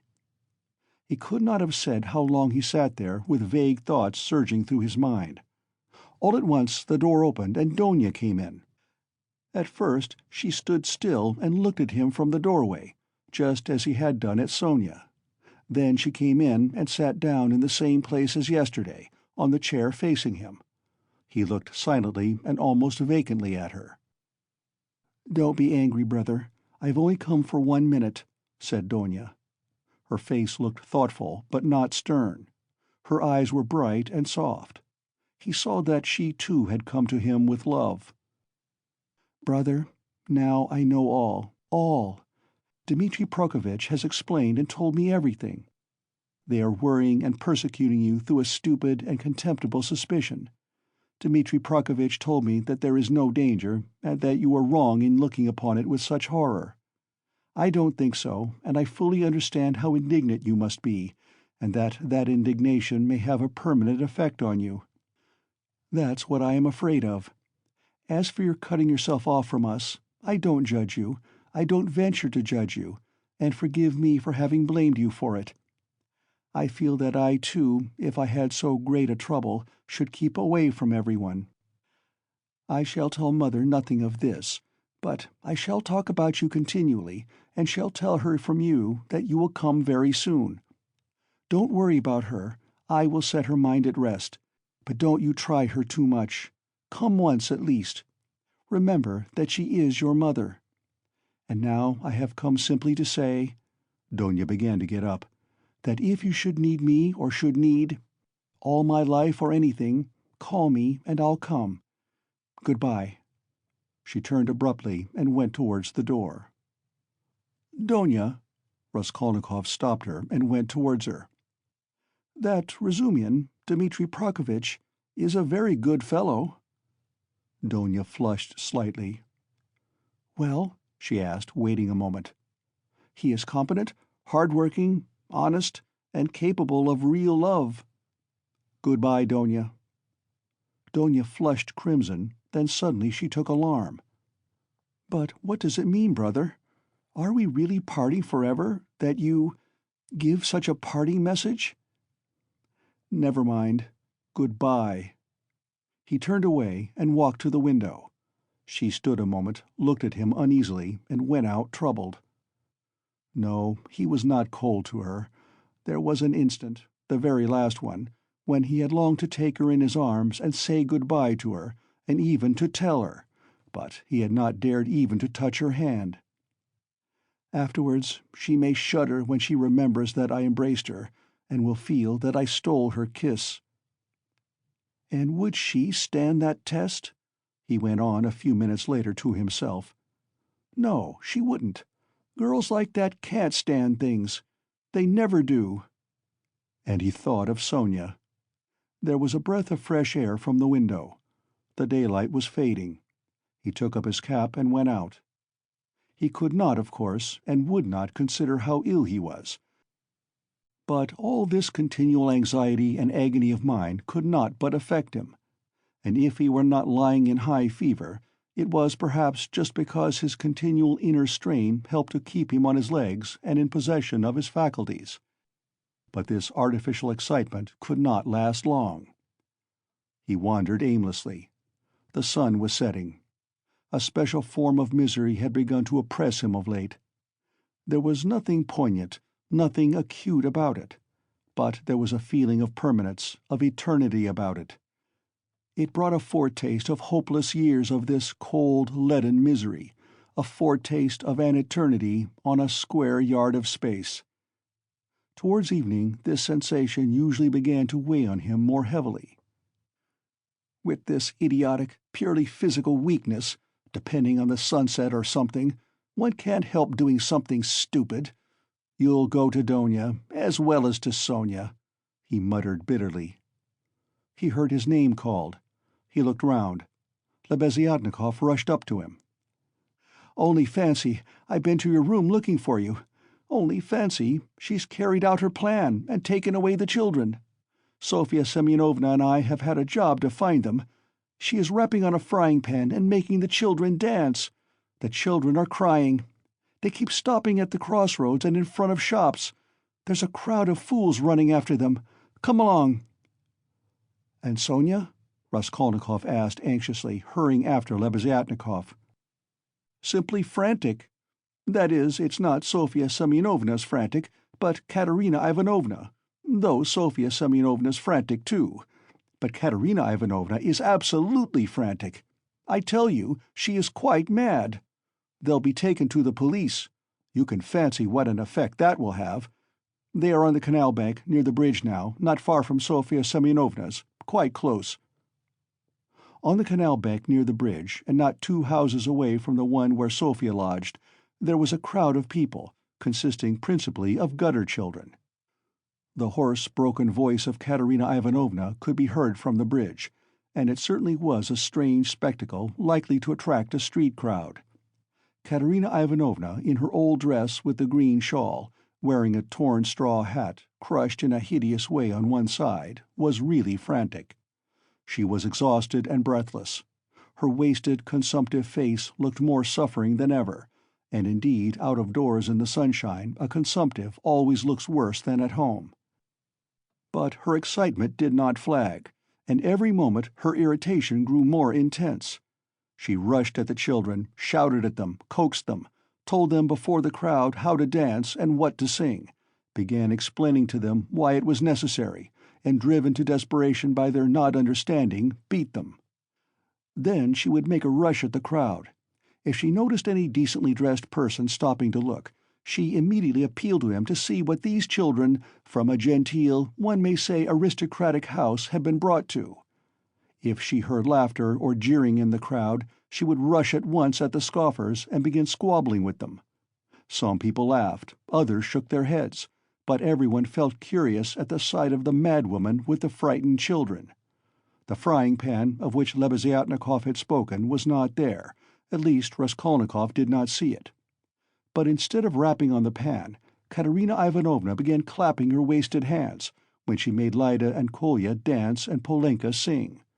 She too joined in the singing, but broke down at the second note with a fearful cough, which made her curse in despair and even shed tears. What made her most furious was the weeping and terror of Kolya and Lida. Some effort had been made to dress the children up as street singers are dressed. The boy had on a turban made of something red and white to look like a Turk. There had been no costume for Lida.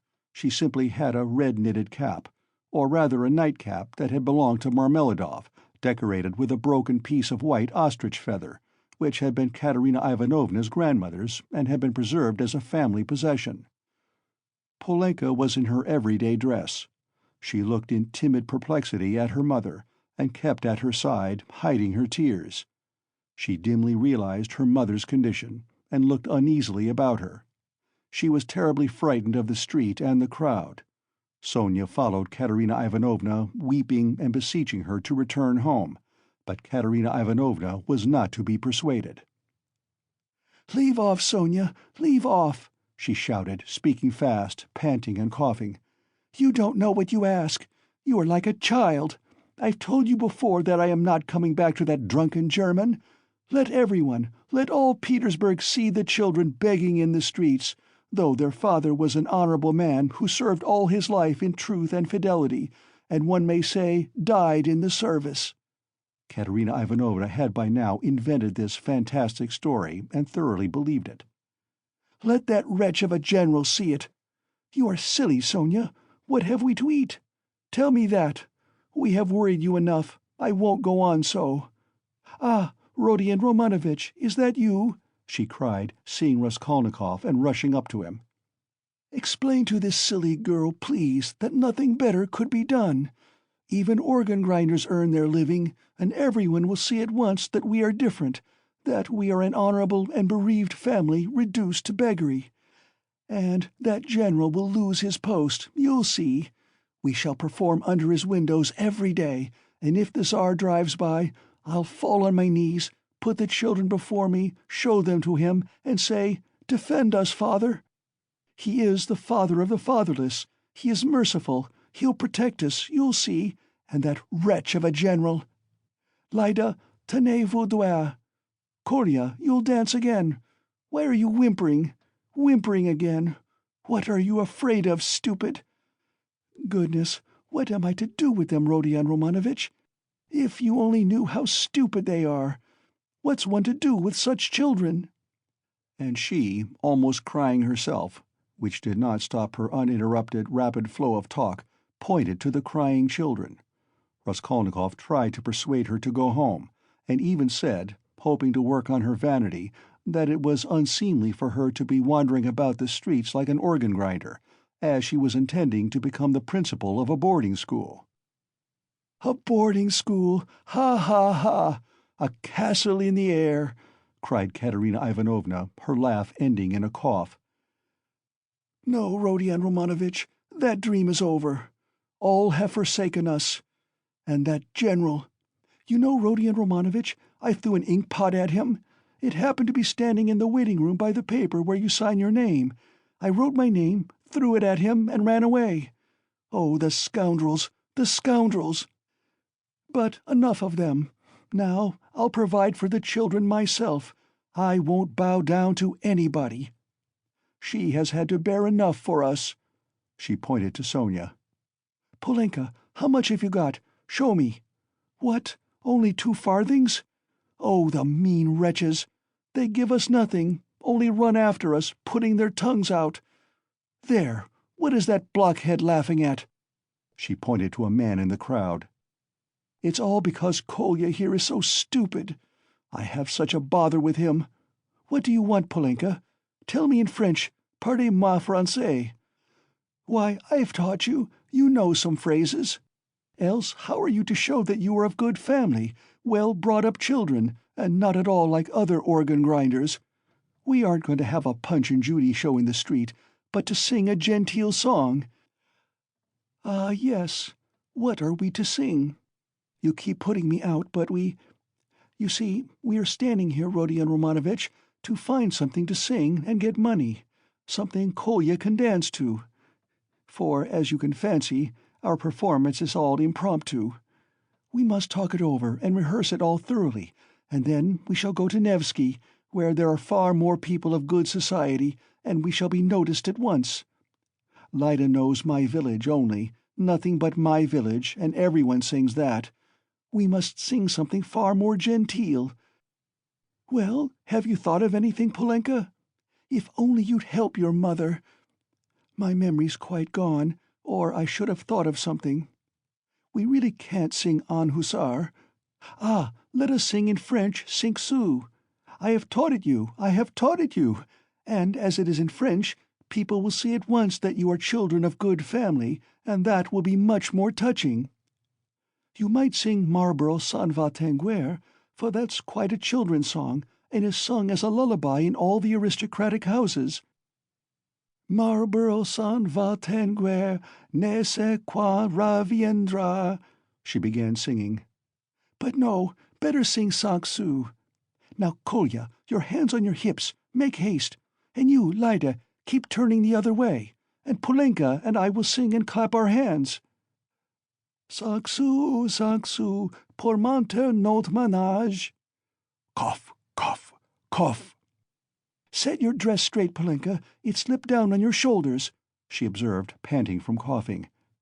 Now, it's particularly necessary to behave nicely and genteelly, that all may see that you are well-born children. I said at the time that the bodice should be cut longer and made of 2 widths. It was your fault, Sonia, with your advice to make it shorter, and now you see the child is quite deformed by it. Why, you're all crying again. What's the matter, stupids? Come, Kolya, begin. Make haste! Make haste! Oh, what an unbearable child! Cinq sous, 5 sous. A policeman again! What do you want?" A policeman was indeed forcing his way through the crowd, but at that moment a gentleman in civilian uniform and an overcoat, a solid-looking official of about 50 with a decoration on his neck, which delighted Katerina Ivanovna and had its effect on the policeman, approached and without a word handed her a green 3-ruble note. His face wore a look of genuine sympathy. Katerina Ivanovna took it and gave him a polite, even ceremonious bow. "I thank you, honored sir," she began loftily. "The causes that have induced us— Take the money, Polenka. You see, there are generous and honorable people who are ready to help a poor gentlewoman in distress. You see, honored sir, these orphans of good family, I might even say of aristocratic connections, and that wretch of a general sat eating grouse, and stamped at my disturbing him. 'Your Excellency,' I said, 'protect the orphans, for you knew my late husband, Semyon Zaharovitch, and on the very day of his death the basest of scoundrels slandered his only daughter. That policeman again! Protect me!' she cried to the official. 'Why is that policeman edging up to me? We have only just run away from one of them. What do you want, fool?' 'It's forbidden in the streets. You mustn't make a disturbance.' 'It's you're making a disturbance. It's just the same as if I were grinding an organ. What business is it of yours?' 'You have to get a license for an organ, and you haven't got one, and in that way you collect a crowd. Where do you lodge?' 'What? A license?' wailed Katerina Ivanovna. 'I buried my husband today. What need of a license?' 'Calm yourself, madam, calm yourself,' began the official. 'Come along. I will escort you. This is no place for you in the crowd. You are ill.' 'Honored sir, you don't know!' screamed Katerina Ivanovna. 'We are going to the Nevsky. Sonia, where is she? She is crying too. What's the matter with you all? Kolya, Lyda, where are you going?' she cried suddenly in alarm. 'Oh, silly children! Kolya, Lyda, where are they off to?' Kolya and Lyda, scared out of their wits by the crowd and their mother's mad pranks, suddenly seized each other by the hand and ran off at the sight of the policeman, who wanted to take them away somewhere. Weeping and wailing, poor Katerina Ivanovna ran after them. She was a piteous and unseemly spectacle as she ran, weeping and panting for breath. Sonia and Polenka rushed after them. Bring them back, Sonia! Oh, stupid, ungrateful children! Polenka, catch them! It's for your sakes I—' She stumbled as she ran and fell down. 'She's cut herself! She's bleeding! Oh, dear!' cried Sonia, bending over her. All ran up and crowded around. Raskolnikov and Lebeziatnikov were the first at her side. The official too hastened up, and behind him the policeman, who muttered, "Bother," with a gesture of impatience, feeling that the job was going to be a troublesome one. Pass on, he said to the crowd that pressed forward. "She's dying," someone shouted. "She's gone out of her mind," said another. "Lord, have mercy upon us," said a woman, crossing herself. "Have they caught the little girl and the boy? They're being brought back. The elder one's got them. Ah, the naughty imps!" When they examined Katerina Ivanovna carefully, they saw that she had not cut herself against a stone, as Sonia thought, but that the blood that stained the pavement red was from her chest. "I've seen that before," muttered the official to Raskolnikov and Lebeziatnikov. "That's consumption. The blood flows and chokes the patient. I saw the same thing with a relative of my own not long ago. Nearly a pint of blood, all in a minute. What's to be done, though? She is dying." This way, to my room," Sonia implored. "I live here. See, that house, the second from here. Come to me, make haste." She turned from one to the other. "Send for the doctor. Oh, dear." Thanks to the official's efforts, this plan was adopted, the policeman even helping to carry Katerina Ivanovna. She was carried to Sonia's room, almost unconscious, and laid on the bed. The blood was still flowing, but she seemed to be coming to herself. Raskolnikov, Lebeziatnikov, and the official accompanied Sonia into the room and were followed by the policeman, who first drove back the crowd which followed to the very door. Polenka came in holding Kolya and Lyda, who were trembling and weeping. Several persons came in too from the Kapernaumovs' room. The landlord, a lame, one-eyed man of strange appearance, with whiskers and hair that stood up like a brush; his wife, a woman with an everlastingly scared expression, and several open-mouthed children with wonder-struck faces. Among these, Svidrigaïlov suddenly made his appearance. Raskolnikov looked at him with surprise, not understanding where he had come from and not having noticed him in the crowd. A doctor and priest were spoken of. The official whispered to Raskolnikov that he thought it was too late now for the doctor, but he ordered him to be sent for. Kapernaumov ran himself. Meanwhile, Katerina Ivanovna had regained her breath. The bleeding ceased for a time. She looked with sick but intent and penetrating eyes at Sonia, who stood pale and trembling, wiping the sweat from her brow with a handkerchief. At last she asked to be raised. They sat her up on the bed, supporting her on both sides. "Where are the children?" she said in a faint voice. "You've brought them, Polenka? Oh, the sillies! Why did you run away? Ah!" Once more her parched lips were covered with blood. She moved her eyes, looking about her. "So that's how you live, Sonia. Never once have I been in your room." She looked at her with a face of suffering. "We have been your ruin, Sonia. Polenka, Lyda, Kolya, come here. Well, here they are, Sonia. Take them all. I hand them over to you. I've had enough. The ball is over. Cough. Lay me down. Let me die in peace." They laid her back on the pillow. "What, the priest? I don't want him. You haven't got a rouble to spare. I have no sins. God must forgive me without that. He knows how I have suffered. And if he won't forgive me, I don't care." She sank more and more into uneasy delirium. At times she shuddered, turned her eyes from side to side, recognized everyone for a minute, but at once sank into delirium again.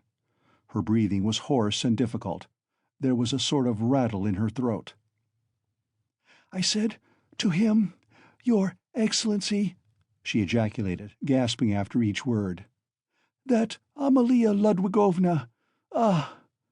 Lyda, Kolya, hands on your hips, make haste. Glissez, glissez, pas de basque.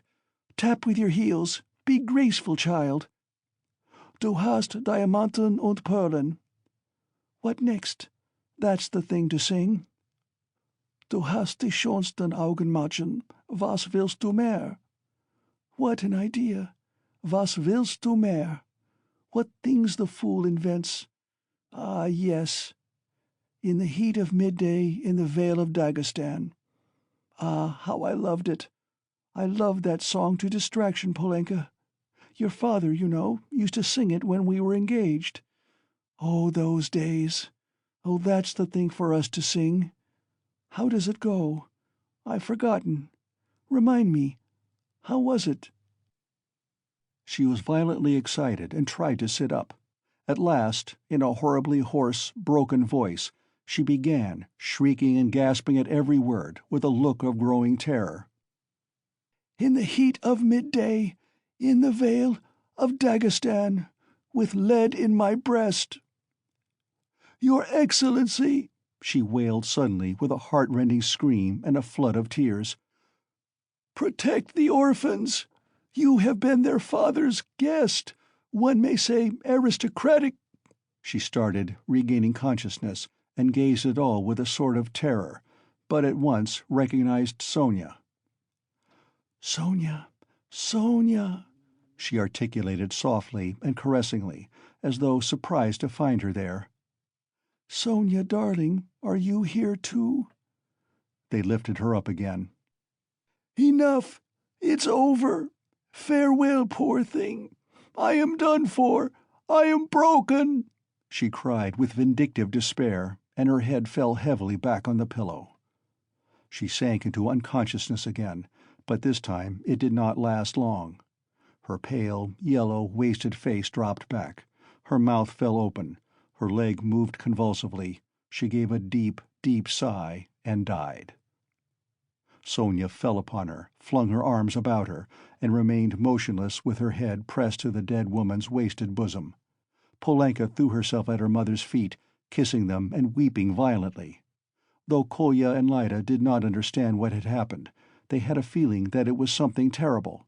They put their hands on each other's little shoulders, stared straight at one another, and both at once opened their mouths and began screaming. They were both still in their fancy dress, one in a turban, the other in the cap with the ostrich feather. And how did the certificate of merit come to be on the bed beside Katerina Ivanovna? It lay there by the pillow. Raskolnikov saw it. He walked away to the window. Lebeziatnikov skipped up to him. "She is dead," he said. "Rodion Romanovitch, I must have 2 words with you," said Svidrigaïlov, coming up to them. Lebeziatnikov at once made room for him and delicately withdrew. Svidrigaïlov drew Raskolnikov further away. "I will undertake all the arrangements, the funeral and all that. You know it's a question of money, and, as I told you, I have plenty to spare. I will put those 2 little ones and Polenka into some good orphan asylum, and I will settle 1,500 roubles to be paid to each on coming of age, so that Sofya Semyonovna need have no anxiety about them. And I will pull her out of the mud too, for she is a good girl, isn't she? So tell Avdotya Romanovna that that is how I am spending her 10,000. "What is your motive for such benevolence?" asked Raskolnikov. "Ah, you skeptical person," laughed Svidrigaïlov. "I told you I had no need of that money. Won't you admit it's simply done from humanity? She wasn't a louse, you know." He pointed to the corner where the dead woman lay. "Was she, like some old pawnbroker woman? Come, you'll agree. Is Luzhin to go on living and doing wicked things, or is she to die? And if I didn't help them, Polenka would go the same way." He said this with an air of a sort of gay, winking slyness, keeping his eyes fixed on Raskolnikov, who turned white and cold, hearing his own phrases, spoken to Sonia. He quickly stepped back and looked wildly at Svidrigaïlov. "How do you know?" he whispered, hardly able to breathe. "Why, I lodge here at Madame Reslich's, the other side of the wall. Here is Kapernaumov, and there lives Madame Reslich, an old and devoted friend of mine. I am a neighbor." "You?" "Yes," continued Svidrigaïlov, shaking with laughter. "I assure you on my honor, dear Rodion Romanovitch, that you have interested me enormously. I told you we should become friends. I foretold it. Well, here we have. And you will see what an accommodating person I am. You will see that you can get on with me." End of Part 5, Chapter 5.